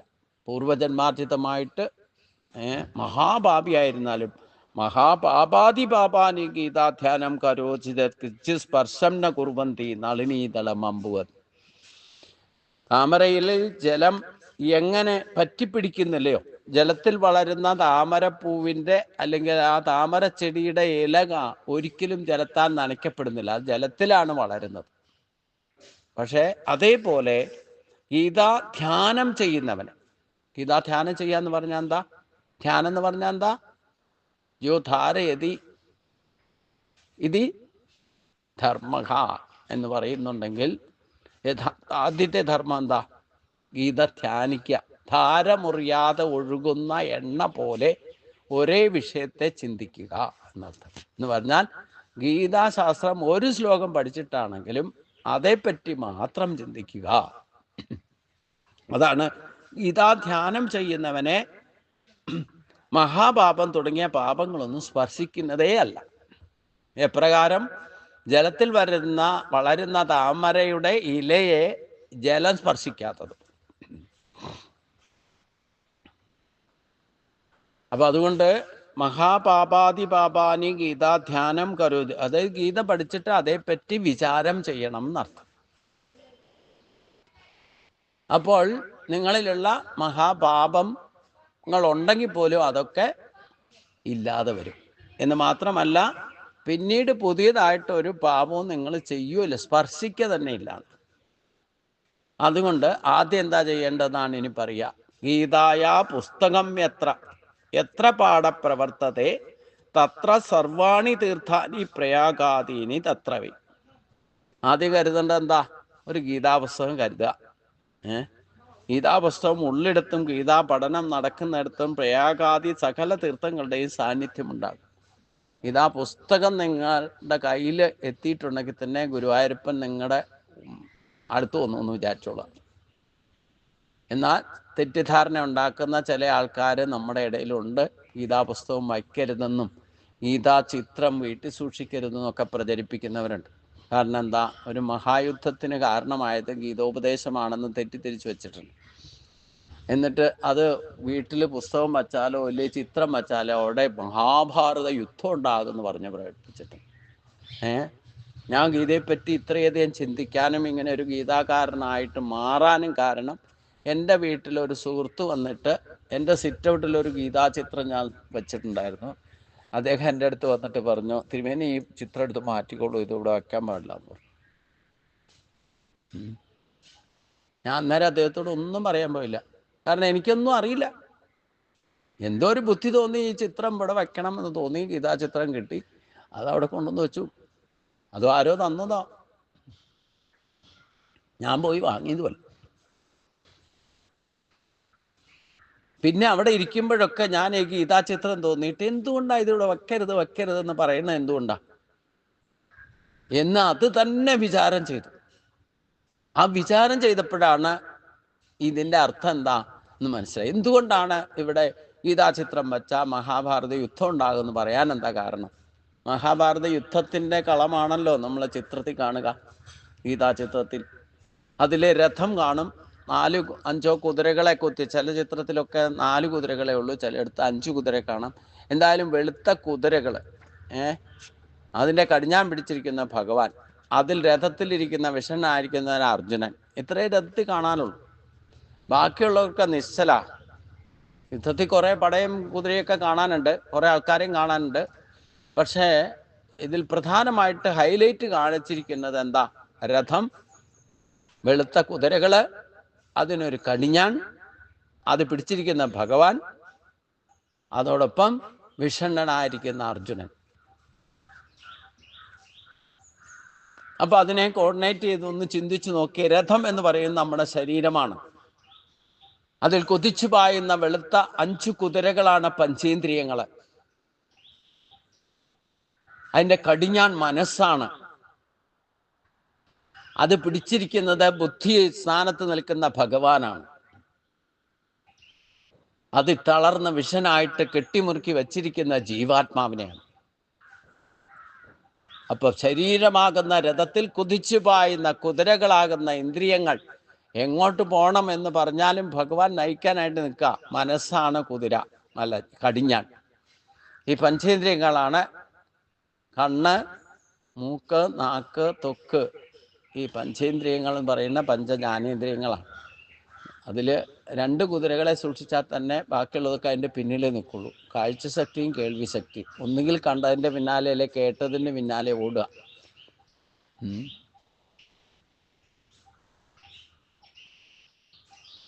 അപ്പൊ നിങ്ങൾ തന്നെ പറഞ്ഞോളൂ, ഗീതാചിത്രം വയ്ക്കാൻ പാടില്ല, ഇല്ലെ ഗീതാ പുസ്തകം സൂക്ഷിക്കാൻ പാടില്ല എന്ന് പറഞ്ഞത് അജ്ഞത കൊണ്ടാണ്. അത് പ്രചരിപ്പിക്കാൻ കുറെ കാലം ഇറങ്ങിയിട്ടുണ്ട്. വന്നിച്ചില്ലേലും നിന്ദിക്കൽ ഇതാണ്. നമുക്കറിയില്ല എന്ന് പറഞ്ഞാൽ പോലെ. ഒരു കാര്യം അറിയെന്ന് പറയണമെങ്കിലും അറിയില്ല എന്ന് പറയണമെങ്കിലും അറിവ് വേണം എന്നതാണ് സത്യം.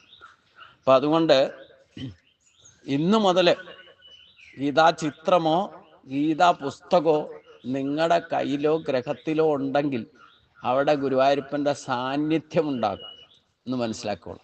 അതിലെയൊക്കെ എന്ത് കണ്ടാലും ചീത്താലും ഒക്കെ പോസിറ്റീവായിട്ട് കാണാൻ ശ്രമിക്കുക, പോസിറ്റീവായിട്ട് ചിന്തിക്കുക.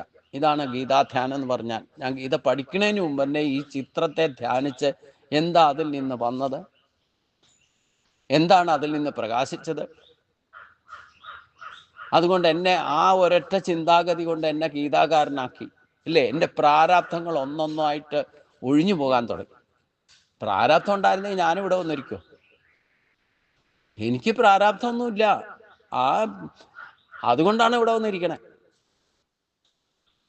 ഒരു ദുഃഖത്രയങ്ങളും ഇല്ല, ഒരു ബന്ധനത്രയവും ഇല്ല. എന്നെ ആരും കെട്ടിയിട്ടില്ല, ആർക്കോട്ട് കെട്ടിയിടാൻ പറ്റൂല. കാരണം എന്താ? ഞാൻ ഗീതയിലാണ് ജീവിക്കണേ. ഗീതയാണ് എൻ്റെ ഗ്രഹം. ഗീതാ ജ്ഞാനത്തെ ഉപയോഗിച്ചുകൊണ്ടാണ് ഞാൻ എന്നെ തന്നെ പരിപാലിക്കുന്നത്. എൻ്റെ കൂടെയുള്ളവർ ആരൊക്കെ വരുന്നോ അവരെയും പരിപാലിക്കുന്നത് ഇതേ ജ്ഞാനം കൊണ്ടാണ്. അപ്പോൾ അതുകൊണ്ട് ഗീതാ പുസ്തകം, പണ്ട് ഏട്ടൻ്റെ കയ്യിലുണ്ടായിരുന്ന ഒരു പുസ്തകം ആസാമിൽ പോകുമ്പോൾ ഡിഫൻസിലായിരുന്നപ്പം വെറുതെ എടുത്തുകൊണ്ട് പാക്ക് ചെയ്ത കൂടത്തിൽ കൊണ്ടുപോയി. അന്ന് ഗീതാ ശ്ലോകം വായിക്കണത് എൻ്റെ പേടിയാണ്. സാധനം ഒരു സംസ്കൃതം പോലും അറിയില്ല. പക്ഷേ അവിടെ ഒരു ഭൂതു ബംഗ്ലാവ് നവീകരിച്ച് എന്ന് പറഞ്ഞ പോലെ അതൊക്കെ ഞാൻ കഥ പറഞ്ഞിട്ടുണ്ടെന്ന് തോന്നുന്നു. ഒരു ഭൂതു ബംഗ്ലാവിനെ ഭൂതത്തിൻ്റെ ബാധയൊക്കെ ഇല്ലാതാക്കി അത് വൃത്തിയാക്കി താമസിക്കാൻ തുടങ്ങിയപ്പോൾ അവിടെ ഒറ്റയ്ക്കാണ് താമസിക്കുന്നത്. ആ ഒറ്റയ്ക്ക് താമസിക്കുന്ന സമയത്ത് ഓഫീസിലെ ജോലിയൊക്കെ കഴിഞ്ഞ് വന്നു കഴിഞ്ഞാൽ ഈ പുസ്തകം വെറുതെ എടുത്ത് നോക്കും.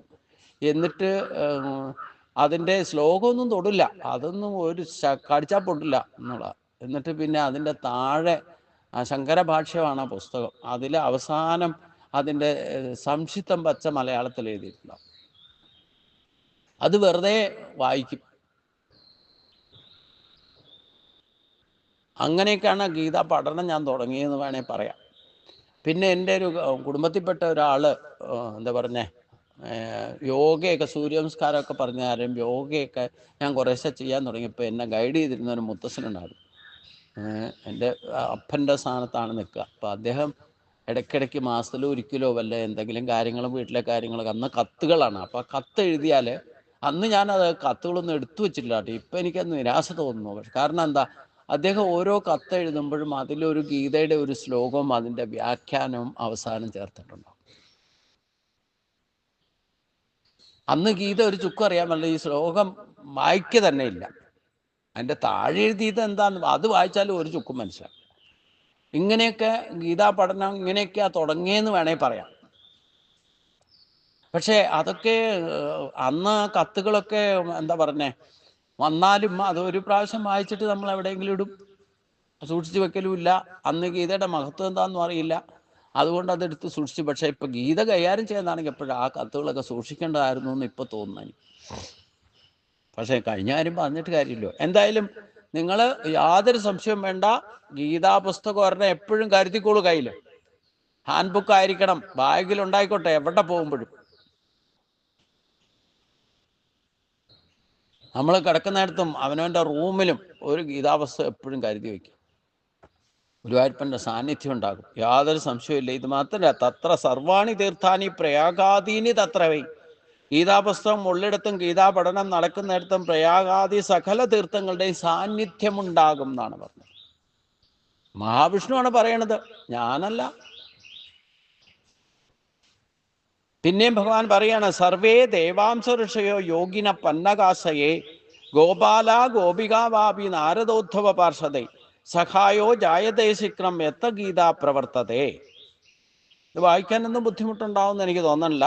സർവേ ദേവാംശ ഋഷയോ യോഗിന പന്നകാശയെ ഗോപാല ഗോപികാവാപി നാരദോദ്ധവ പാർഷദൈ സഖായോ ജായതേ ശീക്രം എത്ര ഗീത പ്രവർത്തതേ. ഗീതാ പഠനം നടക്കുന്നിടത്ത് എല്ലാ ദേവന്മാരുടെയും ഋഷികളുടെയും യോഗികളുടെയും സർപ്പങ്ങളുടെയും ഗോപന്മാരുടെയും ഗോപിമാരുടെയും നാരദൻ ഉദ്ധവൻ തുടങ്ങിയ പാർഷദന്മാരുടെയും സഹായം ഉണ്ടാകും. അതായത് നിങ്ങൾ ഗീതാ പുസ്തകം കരുതി വെച്ചു, എന്നിട്ട് അത് പഠിക്കാൻ തുടങ്ങിയിട്ടുണ്ടെങ്കിൽ ഈ പറയുന്ന ദേവന്മാരും ഋഷികളും യോഗികളും സർപ്പങ്ങളും എന്ന് വേണ്ട അദൃശ്യരൂപികളായിട്ടുള്ള ഈ ഈശ്വരൻ്റെ പാർഷദന്മാർ നിങ്ങൾക്ക് ചുറ്റും വന്നിരുന്നോളും. നിങ്ങൾ വായിക്കുമ്പം അത് കേൾക്കാൻ ആരുമില്ല എന്നൊന്ന് സങ്കടപ്പെടുന്നു. അദൃശ്യരൂപികളായിട്ട് ചില ശക്തികളൊക്കെ നമുക്ക് ചുറ്റും വന്നിരിക്കും. അത്ര ശക്തി അതിന്. ഇത് മാത്രമല്ല, എത്ര ഗീതാ വിചാരാംശ പഠനം പാഠനം ശ്രുതം തത്രാഹം നിശ്ചിതം പ്രതി നവാസാമി സദൈവഹി. ഗുരുവായൂരപ്പൻ തന്നെ ഉണ്ടാകുന്ന പറഞ്ഞ കൂടെ. എത്ര ഗീതാ വിചാരാംശ, എത്ര പ്രാവശ്യം ഇല്ലേ എപ്പോഴൊക്കെ നിങ്ങൾ ഗീത വിചാരം ചെയ്യുന്നുവോ, അഥവാ പഠനം പാഠനം പഠിക്കുകയും പഠിപ്പിക്കുകയും ചെയ്യുന്നത്, ശ്രുതം കേൾപ്പിക്കുക, തത്രാഹം നിശ്ചിതം പൃഥ്വി, അവിടെ ഉറപ്പായിട്ടും ഈ പൃഥ്വിയില് എവിടെ നടന്നാലും നിവാസാമി സദൈവഹി, ഞാൻ തന്നെ അവിടെ സാന്നിധ്യം ഉണ്ടാകുന്നത്. അല്ലയോ ഭൂമിദേവി, ഗീത പഠിക്കുകയും പഠിപ്പിക്കുകയും ഗീതാ വിചിന്തനം നടത്തുകയും ചെയ്യുന്നിടത്ത് ഞാൻ എപ്പോഴും വസിക്കും. പിന്നെ ഗുരുവായൂരപ്പനെ അവിടുന്ന് ഇറക്കി വിട്ടാലും പോകില്ല. മനസ്സിലായില്ലേ? കാരണം എന്താ? ഗീത ആശ്രയോ അഹം തിഷ്ഠാമി. ഇനി വിഷ്ണു പറയാണ് എൻ്റെ സ്ഥിതി എന്താന്ന് പറയാം. കാരണം എന്താ? നമുക്ക് താല്പര്യമുള്ളിടത്ത് എവിടെയാണെങ്കിലും നമുക്ക് ഇഷ്ടമുള്ള വിഷയം എവിടെയെങ്കിലും ഉണ്ടെന്നറിഞ്ഞാൽ നിങ്ങൾ അന്വേഷിച്ചു പോകുമല്ലോ, ഇല്ലേ? ചില ആൾക്കാരുണ്ട്, ക്രിക്കറ്റ് എവിടെയെങ്കിലും മാച്ച് ഉണ്ടെന്നറിഞ്ഞാൽ ഫ്ലൈറ്റിൻ്റെ ടിക്കറ്റ് എടുത്തിട്ടാണെങ്കിലും അവിടെ പോയിട്ട് അവിടെ എത്ര രൂപ കൊടുത്തിട്ടാണെങ്കിലും അവിടെ ടിക്കറ്റ് സംഘടിപ്പിച്ച് അത് കാണാൻ പോകും, ഇല്ലേ?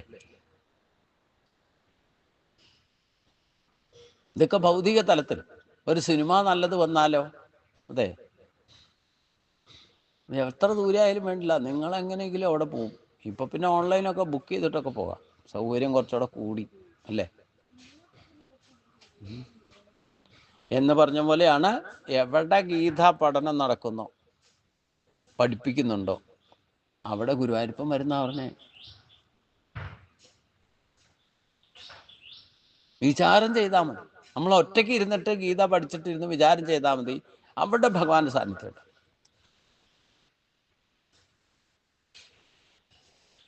നിശ്ചിതം പൃഥ്വിന്ന, ഭൂമിയിൽ എവിടെ വേണമെങ്കിലും.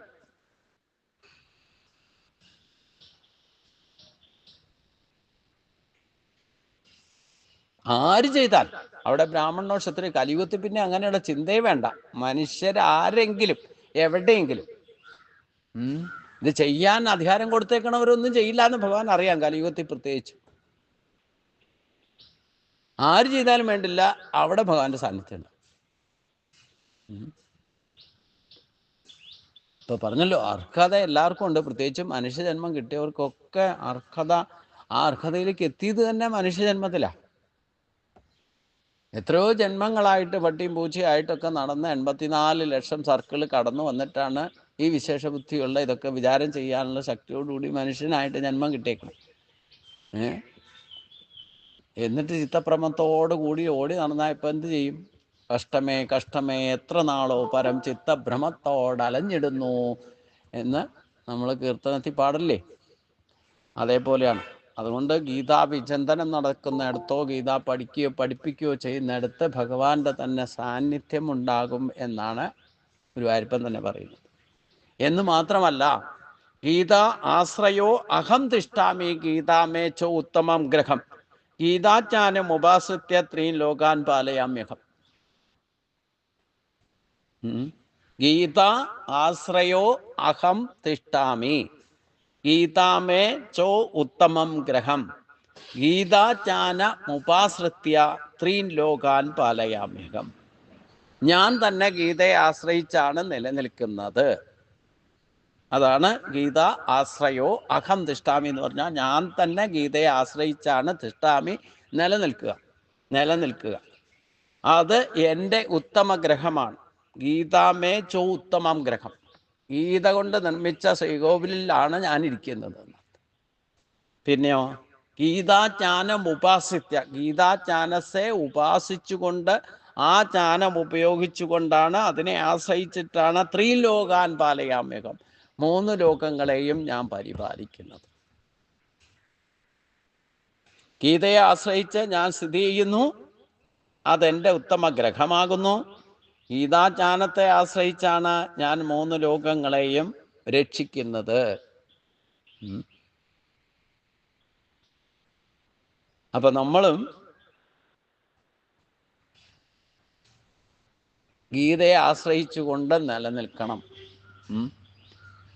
ഗീത കൊണ്ടൊരു ഗ്രഹം തന്നെ നിർമ്മിക്കുക എന്ന് പറഞ്ഞാൽ, നമ്മുടെ ശരീരം തന്നെ ഗീതയിൽ നിർമ്മിച്ച ഒരു ഗ്രഹമായിട്ട് കണക്കാം. പിന്നെ നമ്മുടെ ചിന്ത, വാക്ക്, പ്രവൃത്തികൾ എല്ലാം ഗീതാജ്ഞാനത്തെ ആശ്രയിച്ചുകൊണ്ടായി മാറിയാൽ നമ്മൾ നമ്മളെ തന്നെ രക്ഷിക്കുന്നു മാത്രമല്ല, ഇത് കുടുംബത്തിലേക്ക് കുറച്ചുകൂടെ വിശാല ബുദ്ധിയായിട്ട് ഉപയോഗിച്ചാൽ, ഗ്രഹനാഥൻ ഇത് ചെയ്താലോ ആ കുടുംബം രക്ഷിക്കപ്പെടും. കുടുംബത്തിൽ ഒരാളെങ്കിലും ഇത് ഫോളോ ചെയ്താൽ മതി, ആ വ്യക്തിയും രക്ഷപ്പെടും, ആ കുടുംബവും രക്ഷപ്പെടും. കുടുംബത്തിൽ ഒരാളെങ്കിലും ഒരു നേരമെങ്കിലും ഗീതാശാസ്ത്രത്തെ ഉപാസിച്ചാൽ മതി. അതുകൊണ്ട് ഭഗവാൻ പറയുന്നു, ഗീതാമേ പരമാവിദ്യ ബ്രഹ്മരൂപന സംശയ അർത്ഥമാത്രാക്ഷര നിത്യ സ്വനിർവാജ്യ പദാത്മിക. ഗീത മേ പരമവിദ്യ, അതുകൊണ്ട് ഗീത തന്നെയാണ് പരമമായ വിദ്യ. നമ്മൾ ആദ്യം പഠിക്കേണ്ടത്, മനുഷ്യനായിട്ട് ജന്മം കിട്ടിയാൽ സ്കൂളിൽ പോയാൽ ആദ്യം പഠിക്കേണ്ട സാധനം എന്താ? സ്കൂളിൽ പഠിപ്പിക്കില്ല, കാരണം പാശ്ചാത്യർ, ബ്രിട്ടീഷുകാർ ചിലത് പഠിപ്പിച്ചു വെച്ചിട്ടുണ്ടല്ലോ. Twinkle twinkle butterfly how I wonder what you want, അല്ലേ?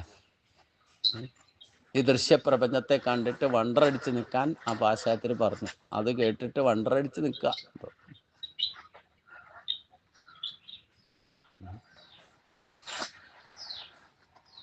ഇതിനിടയ്ക്ക് ആരോ ഓഡിയോ ഓൺ ചെയ്തിട്ടുണ്ട്, ഓഡിയോ ഓഫ് ചെയ്യൂ.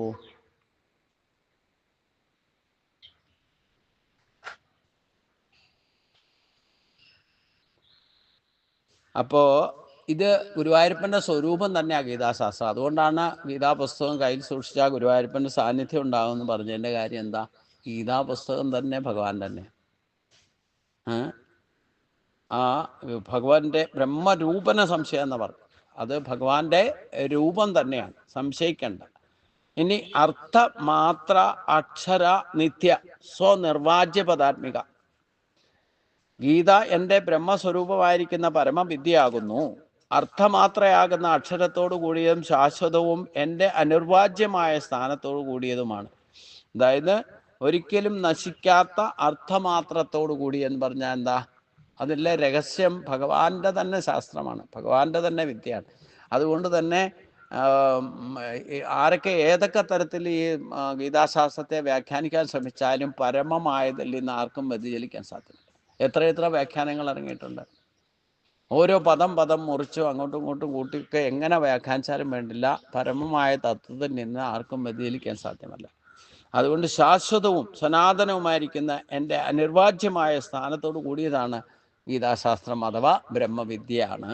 അതുകൊണ്ടാണ് ഓരോ അധ്യായം കഴിയുമ്പോഴും ഇത് ശ്രീമദ് ഭഗവത്ഗീതാസു ഉപനിഷത്സു ബ്രഹ്മവിദ്യായാം യോഗശാസ്ത്രേ എന്ന് പറയും.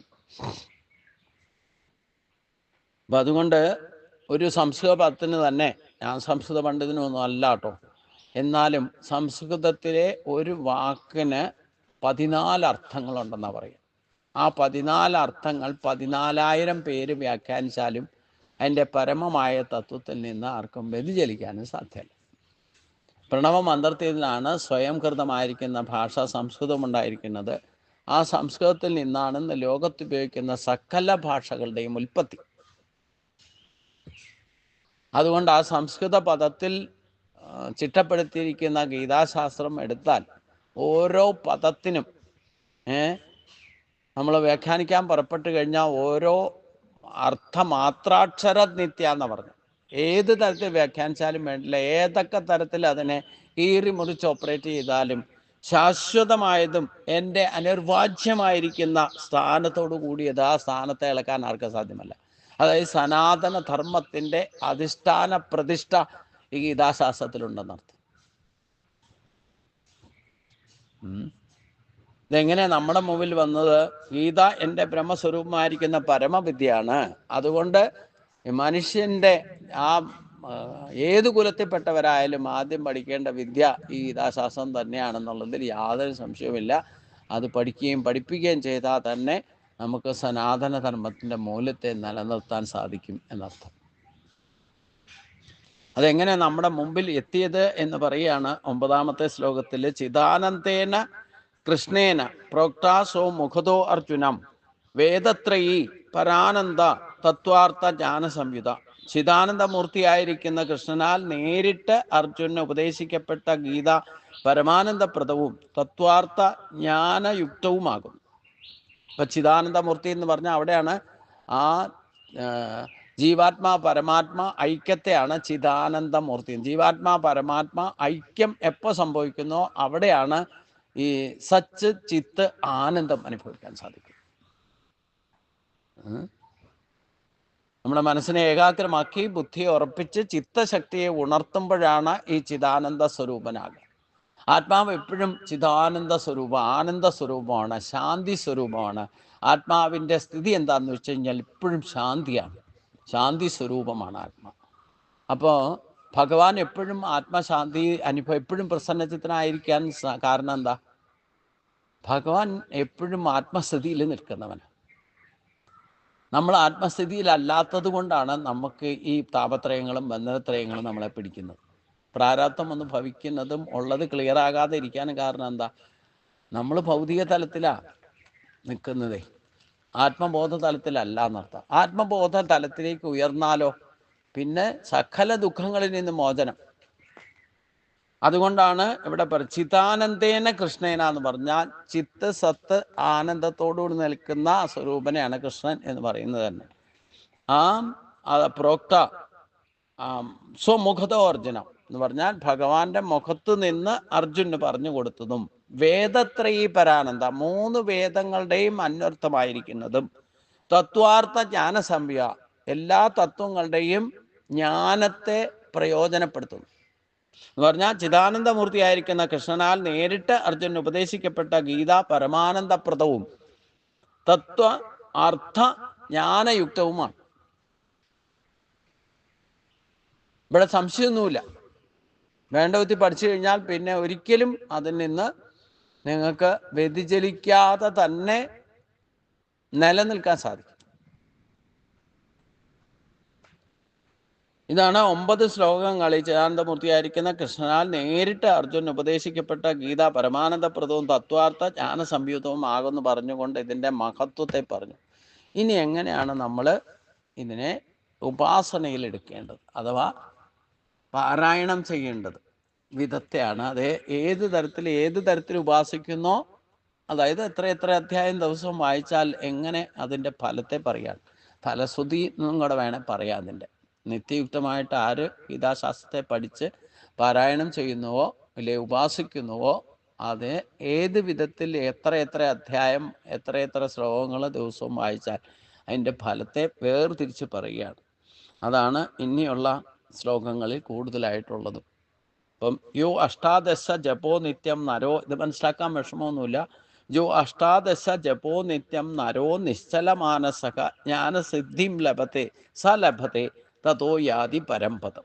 ഏതൊരാൾ നിശ്ചല മനസ്സോടെ 18 അധ്യായങ്ങളും നിത്യവും പാരായണം ചെയ്യുന്നുവോ അയാൾ ജ്ഞാനസിദ്ധി നേടി പരമപദത്തെ പ്രാപിക്കും. അപ്പോൾ നമുക്ക് ദിവസവും സമ്പൂർണ്ണമായിട്ട് പാരായണം നടത്താൻ സാധിച്ചാൽ അത് ആ വ്യക്തി അത് ആര് ചെയ്യുന്നോ അവർക്ക് പരമപദ പ്രാപ്തി ഉറപ്പാണെന്ന് പറയും. അവർക്ക് ഈ പ്രാരാബ്ധം അനുഭവിക്കുന്നവരായിരിക്കും അചഞ്ചലമായ ഭക്തിയിലേക്ക് എത്തുകയും ചെയ്യും. നിശ്ചല മാനസ എന്ന് പറഞ്ഞാൽ ഏകാഗ്രമായ മനസ്സിനുടമയായിത്തീരും.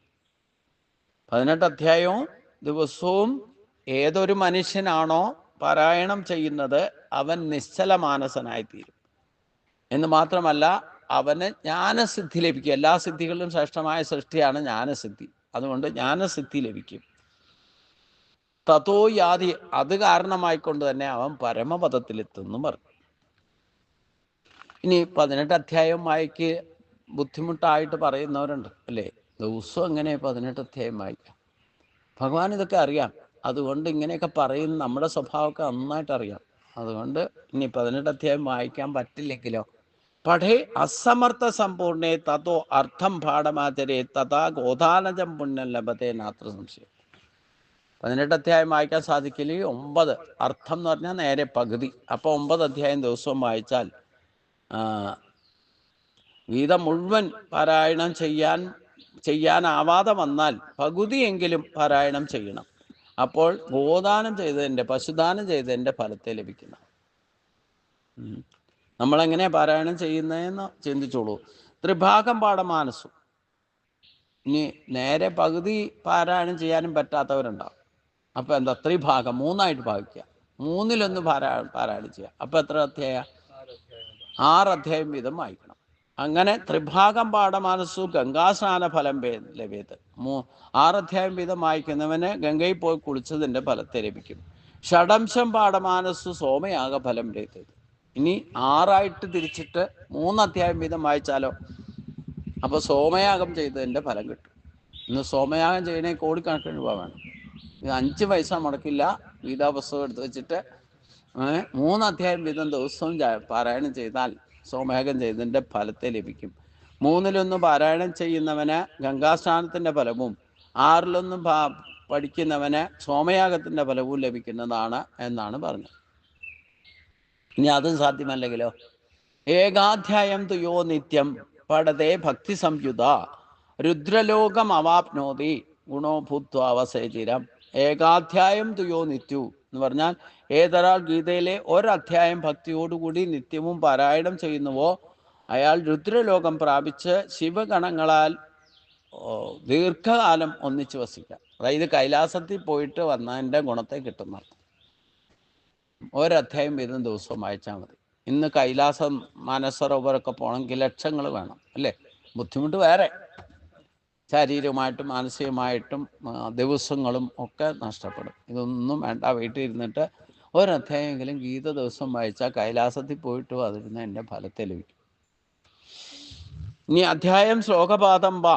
ഇനി ഒരധ്യായം തന്നെ ദിവസം വായിക്കാൻ സാധിക്കില്ല. ഭഗവാൻ നമ്മളെ ഇങ്ങനെ ബാർഗൈൻ ചെയ്ത് താഴേക്ക് കൊണ്ടുവരിക.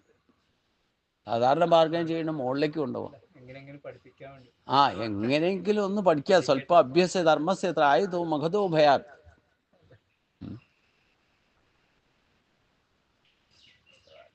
ഇനി അധ്യായം ശ്ലോകപാദം വാ നിത്യം യാ പഠതേ നര സായാതി മന്വന്തരം യാവത സുന്ദരി.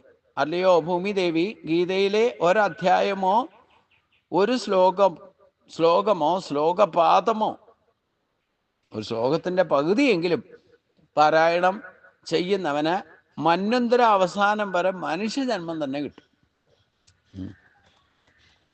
എന്ന് പറഞ്ഞാൽ, ഈ മന്വന്തര അവസ്ഥ എന്ന് പറഞ്ഞാൽ 7ാമത്തെ മന്വന്തര നടക്കണേ. 7ാമത്തെ മന്വന്തരത്തിൽ 28ാമത്തെ ചതുർയുഗ. ഇത് കഴിയുമ്പം പിന്നെ 29ാമത്തെ ചതുർയുഗം വരും. അപ്പം ഈ ഒരു മന്വന്തരം കഴിയുന്നവരെ മനുഷ്യജന്മം തന്നെ കിട്ടിക്കൊണ്ടിരിക്കും. ഒരു ശ്ലോകമോ ഒരു ശ്ലോകത്തിന്റെ പകുതിയെങ്കിലും ദിവസം ചൊല്ല. ഇനിയും സമയമില്ല എന്ന് പറഞ്ഞാൽ എന്താ ഇപ്പൊ പറയാ അതിന് ഉത്തരം? പോയിട്ട് വന്നോളൂ, സമയമുണ്ടെന്ന് പറയിപ്പിക്കുമ്പോൾ. ഇനി അത് സാധ്യമല്ല. ഗീതായ ശ്ലോകദശകം സപ്ത പഞ്ചതതുഷ്ടയം ദൗത്രീനേകം തദർത്ഥം വാ ശ്ലോകാന യാ പഠിതര. ഇനി ചന്ദ്രലോകം അവാപ്നോതി വർഷാണം ആയുധം ധ്രുവം ഗീതാപാഠ സമായുക്ത പുനതോം ആനുഷ്യതാം പ്രചേത് ഗീതാഭ്യാസം പുനഃകൃത്വ ലഭത്തെ മുക്തിയുത്തമാം ഗീതേത്യുച്ചാര സംയുക്തോ മ്രിയമാണോ ഗതി ലഭ്യത്. ഇവിടെ ഇനി 3 ശ്ലോകങ്ങൾ ഒന്നിച്ചാണ് പറയുന്നത്. ഒരിക്കൽ കൂടെ വായിക്കാം. ഗീതായ ശ്ലോകദശകം സപ്ത പഞ്ചചതുഷ്ടയം ദൗത്രീനേകം തദർത്ഥം വാ ശ്ലോകാനാം യാ പഠേനര ചന്ദ്രലോകം അവാപ്നോതി വർഷാണാം ആയുധം ധ്രുവം ഗീതാപാഠ സമായുക്തോ മൃതോ മാനുഷ്യതാം വ്രജേത്. ഗീതാഭ്യാസം പുനഃകൃത്വ ലഭത്തെ മുക്തിയുത്തമാം ഗീതേത്യുച്ചാര സംയുക്തോ മ്രിയമാണോ ഗതിം ലഭേത്. ഗീതയിലെ 10, 7, 5, 4, 3, 2, 1 ശ്ലോകമെങ്കിലും, കുറഞ്ഞ പക്ഷം ഒരു പകുതി ശ്ലോകമെങ്കിലും നിത്യവും ആരാണോ പഠിക്കുന്നത് അവൻ ചന്ദ്രലോകത്തിൽ 10,000 വർഷം വസിക്കും. ഈ ചന്ദ്രലോകത്തിലേക്ക് പോകാൻ വേണ്ടിയിട്ട് എന്തൊക്കെയാ ചെയ്യുന്ന ആൾക്കാർ അല്ലേ? ചന്ദ്രന് പോകാൻ വേണ്ടിയിട്ട് ഇതൊന്നും വേണ്ട. ഗീതയിലെ ശ്ലോകം പഠിച്ചാൽ ചന്ദ്രനിൽ പോയിട്ട് വന്നതിൻ്റെ ഫലത്തെ ലഭിക്കുന്നതാണ്. മുക്തിയും ലഭിക്കും. ഗീത പഠിക്കുന്നവന് ഉത്തമ മുക്തിയും ഗീത എന്നുച്ചരിച്ചുകൊണ്ട് മരിക്കാനിട വന്നാൽ പോലും സൽഗതി ലഭിക്കും, ശ്രേഷ്ഠമായ ജന്മം കിട്ടും. ഇനി ഇതും സാധ്യമല്ല, നമ്മളെ കൊണ്ട് ഒന്നും സാധിക്കില്ലല്ലോ. ഇതൊക്കെ ഭഗവാൻ മനുഷ്യന്റെ മനസ്സ് മനസ്സിലാക്കിയിട്ട് എന്തൊക്കെ സൗകര്യം ചെയ്തു കൊടുത്താലും ഈ പരാതിയും പരദൂഷണവും കുറ്റം പറച്ചിലും അല്ലാതെ ഒരു കാര്യം ചെയ്യുമോ? അപ്പോൾ ഗീതാർത്ഥ ശ്രവണാസക്തോ മഹാപാപയുതോഭിമം വൈകുണ്ഠം സമാപ്നോതി വിഷ്ണുനാ സഹമോദതേ. ഗീതാർത്ഥ ശ്രവണാസക്തോ എന്ന് പറഞ്ഞാൽ പാപം ചെയ്തവനായാലും ഗീതാർത്ഥത്തെ ശ്രവിക്കാൻ തൽപരനായാൽ വൈകുണ്ഠം പ്രാപിച്ച് വിഷ്ണു ലോകത്തിൽ ചേരും. ഗീതാർത്ഥ ശ്രവണാസക്തോ മഹാപാപയുതോ വിമാം, മഹാപാപിയാണെങ്കിലും വൈകുണ്ഠം സമാപ്നോതി വിഷ്ണുനാ സഹമോദതി, അവന് വരെ വൈകുണ്ഠപ്രാപ്തിയിലേക്ക് എത്തും. ഗീതാർത്ഥം ശ്രദ്ധയോടെ കേട്ടാൽ മതി, വെറുതെ കേട്ടിട്ട് കാര്യമില്ല, ശ്രദ്ധയോടെ കേട്ടാൽ മതി. ഒരാചാര്യനിരുന്ന് ഒരു 7 ദിവസത്തെ പരിപാടിക്ക് വന്നു. അപ്പം ആദ്യത്തെ ദിവസം ആകെ 4 പേരേ ഉള്ളൂ. ആരും കേൾക്കാനില്ല. എന്തിനാ ഇപ്പം ഇത് ചെയ്യിപ്പിക്കണേ എന്തിനാന്ന് വിചാരിച്ചു.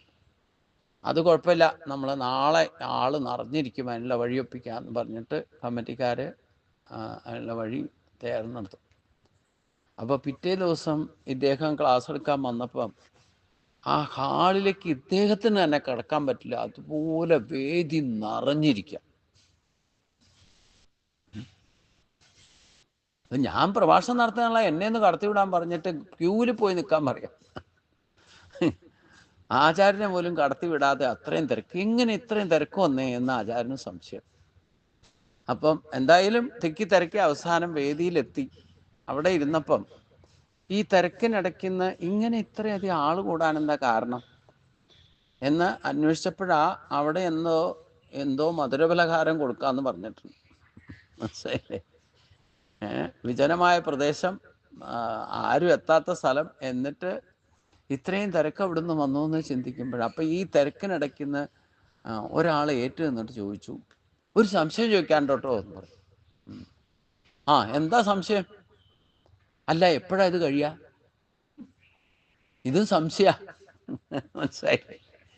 എപ്പോഴാ ഇത് കഴിയാ? കാരണം ഇത് കഴിഞ്ഞാലല്ലേ ഭക്ഷണം എന്തോ കൊടുക്കാൻ സ്പെഷ്യൽ കൊടുക്കുന്നുണ്ട്, അത് വാങ്ങിയിട്ട് പോകാൻ വേണ്ടിയിട്ടാണ് ഈ ആൾക്കാർ തിരക്കുണ്ടാക്കിയിട്ടിരിക്കുന്നത്. എന്നിട്ട് ആചാര്യനും വന്നത് ഇതിനു വേണ്ടിയിട്ടാന്ന് വിചാരിച്ചിട്ടാണ് ആചാര്യനോടും ക്യൂ നിൽക്കാൻ പറഞ്ഞു. മനസ്സിലായില്ലേ? ഈ മനുഷ്യൻ ഇങ്ങനെയാ, എന്തൊക്കെ സൗകര്യം ചെയ്തു കൊടുത്താലും വേണ്ടില്ല, വിശേഷ ബുദ്ധി കിട്ടിയാലും വേണ്ടില്ല, അതൊന്നും മനസ്സിലാക്കാൻ പറ്റില്ല. അപ്പം ഒന്നും ചെയ്യാൻ സാധിക്കണമെങ്കിൽ ഇത് ഈ യജ്ഞം നടക്കുന്നിടത്തില്ലേ, പഠിക്കുകയും പഠിപ്പിക്കുകയൊക്കെ ചെയ്യുമ്പോൾ ശ്രദ്ധയോടെ കേൾക്കെങ്കിലും ചെയ്താൽ പരമോദം പ്രാപിക്കാന്നാണ് പറഞ്ഞു. ശ്രദ്ധയോടെ കേട്ടാൽ മതി. കേട്ടാൽ തന്നെ നിങ്ങളുടെ ലൈഫ് ചേഞ്ച് ആവും. ഞാൻ പറയുന്നതിൽ ഒരു വാക്കെങ്കിലും നിങ്ങളുടെ ആത്മാവിൽ തട്ടിയാൽ മതി, നിങ്ങൾക്കത് മഹത്തായ ഫലത്തിലേക്ക് എത്തിക്കും. ലൈഫ് തന്നെ ചേഞ്ചായി പോകും ചിലപ്പോൾ.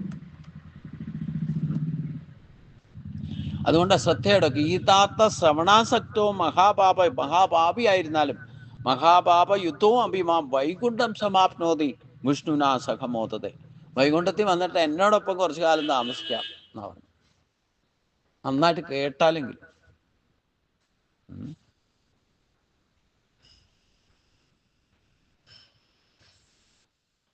വിഷ്ണുവിനോട് ചേർന്ന് ആനന്ദിക്കാന്നാ പറഞ്ഞ, വെറുതെ പോയി താമസിക്കാനല്ല പറഞ്ഞു. അവിടെ പോയിട്ട് സുഖസമൃദ്ധിയിൽ ആനന്ദിക്കാം എന്നാണ്.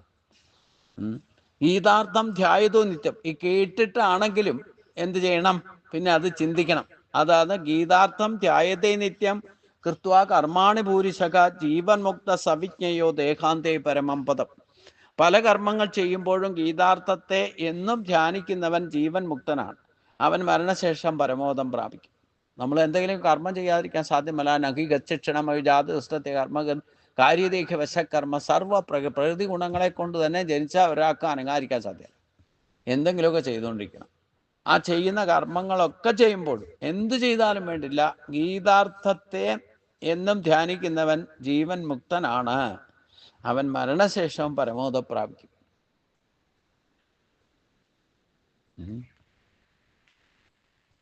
അപ്പൊ എന്ത് കർമ്മം ചെയ്യുമ്പോഴും ഗീതാർത്ഥത്തെ ധ്യാനിക്കണം എന്ന് പറഞ്ഞാൽ ചിന്തിക്കണം എന്നർത്ഥം. വിചാരം ചെയ്യണം. ആ വിചാരം ചെയ്യണമെങ്കിൽ അതിനെ അതേപോലെ പഠിക്കണം. ഇനി ഭഗവാൻ പറയുന്നത് ഇതാണ്, നമ്മൾ എങ്ങനെയാണ് ഒരു ദിവസം ഗീത കൈകാര്യം ചെയ്യേണ്ടതെന്ന് പറഞ്ഞത്. ഒന്നും സാധിച്ചില്ലെങ്കിൽ ആരെങ്കിലും പറയണം, കേൾക്കുക. സത്സംഗത്തിൽ പോയിട്ടാണ് കേൾക്കുക. ഇന്ന് നമുക്ക് സോഷ്യൽ മീഡിയ ഉണ്ടാക്കേണ്ട ഒരിടത്ത് പോകുന്നു വേണ്ട. ഏതായാലും കുത്തി കളിക്കണമുണ്ട് ഇതിൽ. ഇത് കുത്തി കളിക്കുമ്പോൾ ഒരു ശ്ലോകത്തിൻ്റെ വ്യാഖ്യാനമോ ഒരു ക്ലിപ്പെങ്കിലും ഒന്ന് യൂട്യൂബിലൊക്കെ ഇഷ്ടം പോലെ ഉണ്ട്. ഞാൻ തന്നെ ചെയ്തത് കിടക്കണുണ്ട്. കുറച്ച് നേരം 10-15 മിനിറ്റെങ്കിലും ഇതൊന്ന് കേൾക്കുക. നിങ്ങളുടെ ലൈഫ് ചേഞ്ച് ആകും എന്നാണ് പറഞ്ഞത്. അത് മഹത്തായ ഫലം എന്ന് പറഞ്ഞാൽ എന്താ? നിങ്ങൾ പരമപദത്തിലേക്ക് എത്താനുള്ള വഴി തുറക്കും എന്നർത്ഥം. ഇനി അങ്ങനെയൊക്കെ ഈ പറഞ്ഞ രീതിയിലൊക്കെ ജീവിച്ച ഒരാളെ ഭഗവാൻ ഇവിടെ ഉദാഹരണം പറയാം. മഹാത്മ്യം പറയുമ്പം ഭഗവാൻ പോലും ഓർത്തിരിക്കുക. കാരണം എന്താ? നമ്മളിന്ന് ജീവിക്കുമ്പോഴും ത്രേതായുഗത്തിൽ ജീവിച്ചിരുന്ന ഒരു മഹാരാജനെ ഓർമ്മ വെച്ച് പറയാ. ആരെ അത്? ഗീത അസത്യ ബഹുവോ ബുഭുജോ ജനകാതയാ. ഗീതാ മഹാത്മ്യം പറയുമ്പം വിഷ്ണു ജനകനെ ഓർമ്മിപ്പിച്ചുകൊണ്ട് ഇതാ റോൾ മോഡലാക്കാൻ പറയാ. നിർദൂത കൽമക്ഷ ലോകേ എതിർ ഗീതായ ഗീതാ യാതാ പരംപദം. ജനകാദികളായിട്ടുള്ള അനേകം രാജാക്കന്മാർ ഗീതയെ ആശ്രയിച്ചുകൊണ്ട് പാപം അകന്നവരായിട്ട് പരമോദം പ്രാപിച്ചിട്ടുണ്ടെന്ന് പറയും ഭഗവാൻ. അപ്പോൾ ത്രേതായുഗത്തിൽ ജീവിച്ചിരുന്ന ജനകനെ പോലെയുള്ള രാജർഷികളൊക്കെ ഉണ്ടായിരുന്നു. അങ്ങനെയുള്ള മഹാത്മാക്കൾ ഗീതാശാസ്ത്രമൊക്കെ പഠിച്ചിട്ട് പരമോദം പ്രാപിച്ചിട്ടുണ്ട് എന്ന് ഭഗവാൻ നമുക്ക് ഉദാഹരണ സഹിതം പറയാം. അതുകൊണ്ട് പറയുന്നത് എന്താ? ഗീതായ ആശ്രയോ, ഗീതായ ആശ്രയം പഠനം കൃത്വ മഹാത്മൻ നൈവയത് പഠേത് വൃഥാ പടോ ഭവേത് ശ്രമ ഏവ ഹൃദാഹൃദക. ഗീത പഠിച്ചിട്ട് ഗീതാ മഹാത്മ്യം പഠിക്കാതിരുന്നാൽ അത് നിഷ്ഫലമായി തീരും എന്നാണ് എനിക്ക് പറയാനുള്ളത്. കാരണം ഗീതയുടെ മഹത്വം മനസ്സിലാക്കിയാലേ, മഹാത്മ്യം മനസ്സിലാക്കിയാലേ നിങ്ങൾക്ക് അത് പഠിക്കാനുള്ള താല്പര്യമുണ്ടാകും. അതുകൊണ്ട് തുടക്കത്തിലും അവസാനത്തിലും ഗീത പഠിക്കണം, ഗീതാ മഹാത്മ്യം വായിക്കണം എന്ന് തന്നെയാണ് പറയുന്നത്. ഗീതാ അസത്യ ഏതൻ മാഹാത്മ്യ സംയുക്തം ഗീതാഭ്യാസ കരോതിയ സ തൽഫലം അഭാപ്നോതി ദുർലഭം ഗതിയാത്മയാൽ. ഈ മഹാത്മ്യത്തോടുകൂടി ഗീതാഭ്യാസം ചെയ്യുന്നവൻ തൽഫലമായിട്ട് ദുർലഭമായിരിക്കുന്ന പരമപദത്തെ പ്രാപിക്കും. കിട്ടാൻ പ്രയാസമുള്ളതാണ് പരമപദം. അപ്പൊ ഗീത പഠിക്കുന്നതിന് മുമ്പും അവസാനവും ഗീതാ മഹാത്മ്യം വായിച്ചുകൊണ്ടാണ് തൽഫലത്തേക്ക് ഇല്ലെങ്കിൽ ഗീത പഠിക്കുന്നതെങ്കിൽ ഒരിക്കലും കിട്ടാൻ അർഹതയില്ലാത്തവർക്ക് പോലും ദുർലഭമായിരിക്കുന്ന ആ പരമപദം ലഭിക്കും എന്നാണ് പറയുന്നത്. അതുകൊണ്ട് സൂതൻ പറഞ്ഞു, എന്തുകൊണ്ട്?